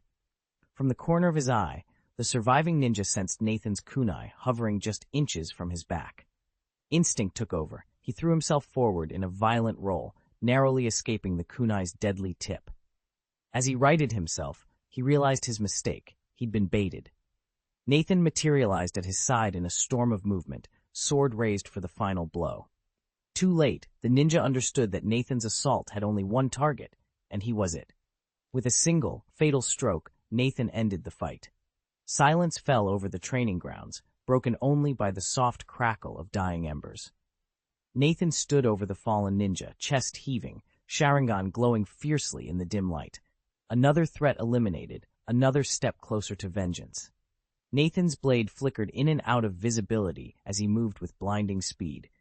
In the span of a single breath, his short sword struck from angles no one could anticipate, carving shallow gashes across his opponent's armor. The two remaining rock ninjas tried desperately to anticipate his next move, but Nathan only accelerated, each thrust and parry more precise than the last. Moments earlier, he had activated his Sharingan, eliminating the special Jonin captain and a second rock ninja in an instant. Now, with two Chunin left, Nathan forced one to stumble back, then drove his sword straight through the man's chest. The wounded ninja managed a strangled "you" before Nathan withdrew his blade and silenced him forever. In under a minute, all four rock ninjas lay dead at Nathan's feet.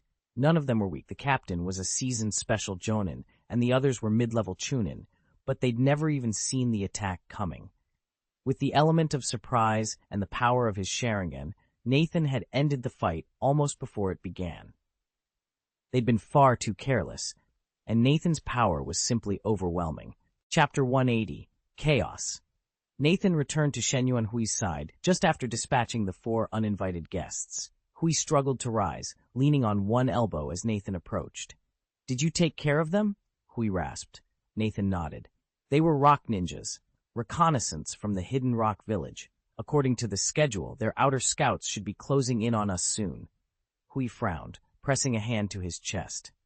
"That explains their timing. If their perimeter's tightening, this area won't stay safe for long. We have to move out, now." "Can you travel?" Nathan asked without hesitation. Hui pushed himself fully upright. He stretched stiff arms over his head, then dropped one hand to his chest and coughed twice. "If it's not too strenuous, I can manage." Nathan offered a curt nod. "All right, let's go." "Yeah." Hui exhaled heavily, then muttered sotto voce, "I wonder how our main army is faring out there." Nathan heard the question but remained silent. Under the gathering shadows, they hurried away, aware that every moment now carried mounting danger. Commander Toriko surveyed the battlefield with a grim expression. He knew all too well that the Leaf Army wouldn't break through so easily this time. They'd already failed to stop Han once, and now the Jinchuriki's return would inevitably halt their advance again.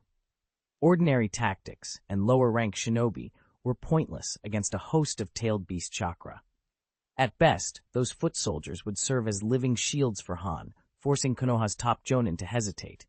That precious delay was exactly what the Hidden Rock Village needed. Their encirclement force was already less than 5 kilometers away, converging from all sides. Once they closed in, there'd be no escaping a full-scale clash. In fact, the battle had begun, even as Toriko watched. On the northern ridge, Nathan, formerly known as Qing Ming, had just finished off Hideji Ohara and was binding his own wounds. Meanwhile, Han struck out at the leaf lines, shrugging off assaults from several Jonin as if they were nothing. He shattered 2 defensive ninjutsu barriers and plunged headlong into the enemy ranks, turning Konoha's disciplined formation into chaos. The hour of reckoning was upon them all. The mid- and lower-rank shinobi had never seen anything like it. The moment Nathan's violent chakra flared, it seized them with sheer terror, so much so that, even if they dared, they could only summon about 70% of their strength. and 70% wasn't nearly enough to pierce the tailed beast cloak enveloping his body. That hesitation was deadly. Slowed by fear, they couldn't dodge Nathan's relentless counterattacks. With no civilians nearby to restrain him, he unleashed his full power, and in mere moments, the opposing ranks were shattered, suffering grievous losses. By contrast, the Konoha Jonin, trapped among their own comrades, held back. Their reluctance to fight at full tilt only emboldened Nathan's fury. At last, the combined Nara clan shinobi of the Konoha Surabaya Joint Force sprang into action. With perfect timing, they wove their signature shadow imitation technique, ensnaring Nathan's limbs in shadowy tendrils and briefly halting his rampage. Seizing the opening, the lower-ranked shinobi slipped away in all directions and regrouped closer to the front lines, while the Jonin closed in, forming a tight ring around Nathan, ready to strike the instant his restraints weakened. Nathan watched as Hans skirted each of their formations with unnerving precision, evading strikes when he could and toughing out the blows he couldn't. His relentless pursuit kept the Konoha shinobi from accelerating their retreat. Every time they picked up speed, Han forced them to halt and regroup. Then, at last, reinforcements from the hidden rock village appeared on the ridge. They didn't complete the encirclement, but they were enough to pin the Konoha squad in place. Escape would be all but impossible without abandoning a significant number of troops, and even then, success was far from guaranteed. Facing slim odds and a tightening noose, Captain Narashishui made a decisive call. Hold your ground. Engage the enemy here. The Konoha and Hidden Rock ninjas pressed into a chaotic melee, swords clashing and chakra flaring. Han, now mindful of the Rock Village forces, dared not strike recklessly. The skirmish balanced out, and the Konoha casualties finally began to taper off. Stalled but not defeated, Shishui checked his watch. If they could maintain this line for another 15 to 30 minutes, reinforcements from Hushan camp would arrive. When they did, the tide of battle would shift once more, and another fierce clash would follow. Meanwhile, on the other side of the battlefield, Nathan and Shenyuan Hui didn't even have to step onto the field to know a fight was raging. The clang of metal on metal rang out with every clatter of ninja tools. Exploding tags detonated in wet booms, and anguished screams from wounded shinobi echoed across the clearing. Amid that chaos, Nathan and Shenyuan exchanged a glance and quickened their pace. They'd barely taken 2 steps onto the battlefield when a volley of kunai whistled toward them. Nathan's ears gave a slight twitch as he tilted his head, instantly mapping each dagger's arc through the air. In a blur, he spun aside, each kunai slicing harmlessly past him. At the same moment, his gaze locked onto their source. An Awagakure Chunin perched on a thick branch overhead, ready to rain down a second wave of blades. The two met eyes in a heartbeat, too late for the Chunin to react. Nathan activated his hypnotic jutsu. The boy's limbs stiffened, as if frozen in midair. Seizing the moment, Nathan drew a shuriken from his belt and sent it spinning toward the immobilized ninja, determined to end the ambush before it could truly begin. Nathan's shuriken sang through the air and buried itself in the Iwagakure Chunin's throat. The pressure broke the trance at once, but it also silenced him forever. He staggered twice on the branch, then pitched forward. There was a sharp crack as his neck snapped, and his head hit the ground with a hollow thud. Even in death, his eyes were wide with disbelief. Nathan gave him a curt shake of the head and turned to Shenyuan Hui, who was leaning against a nearby boulder, clutching his side. "Your wound still hasn't closed," Nathan said quietly. "Want me to take you back to the medics first?" Shenyuan Hui waved him off. "Don't bother. There are others out there who need you more than I do. Go." Nathan studied him for a moment, then nodded. "Be careful." He sheathed his dagger in one fluid motion, then bounded across the clearing to a bare slab of rock. Raising his blade, he unleashed a single, precise strike. In an instant, a geyser of blood spurted from a hidden vein in the stone, splattering the earth like scarlet rain. Then a figure stepped forward, a genin from the Hidden Rock village, his earth release technique carving out a concealed tunnel in the earth.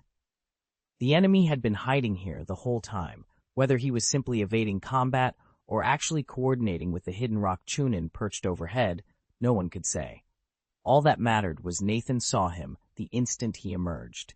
The injured Shen Yuanhui had spotted him too, but they exchanged no words.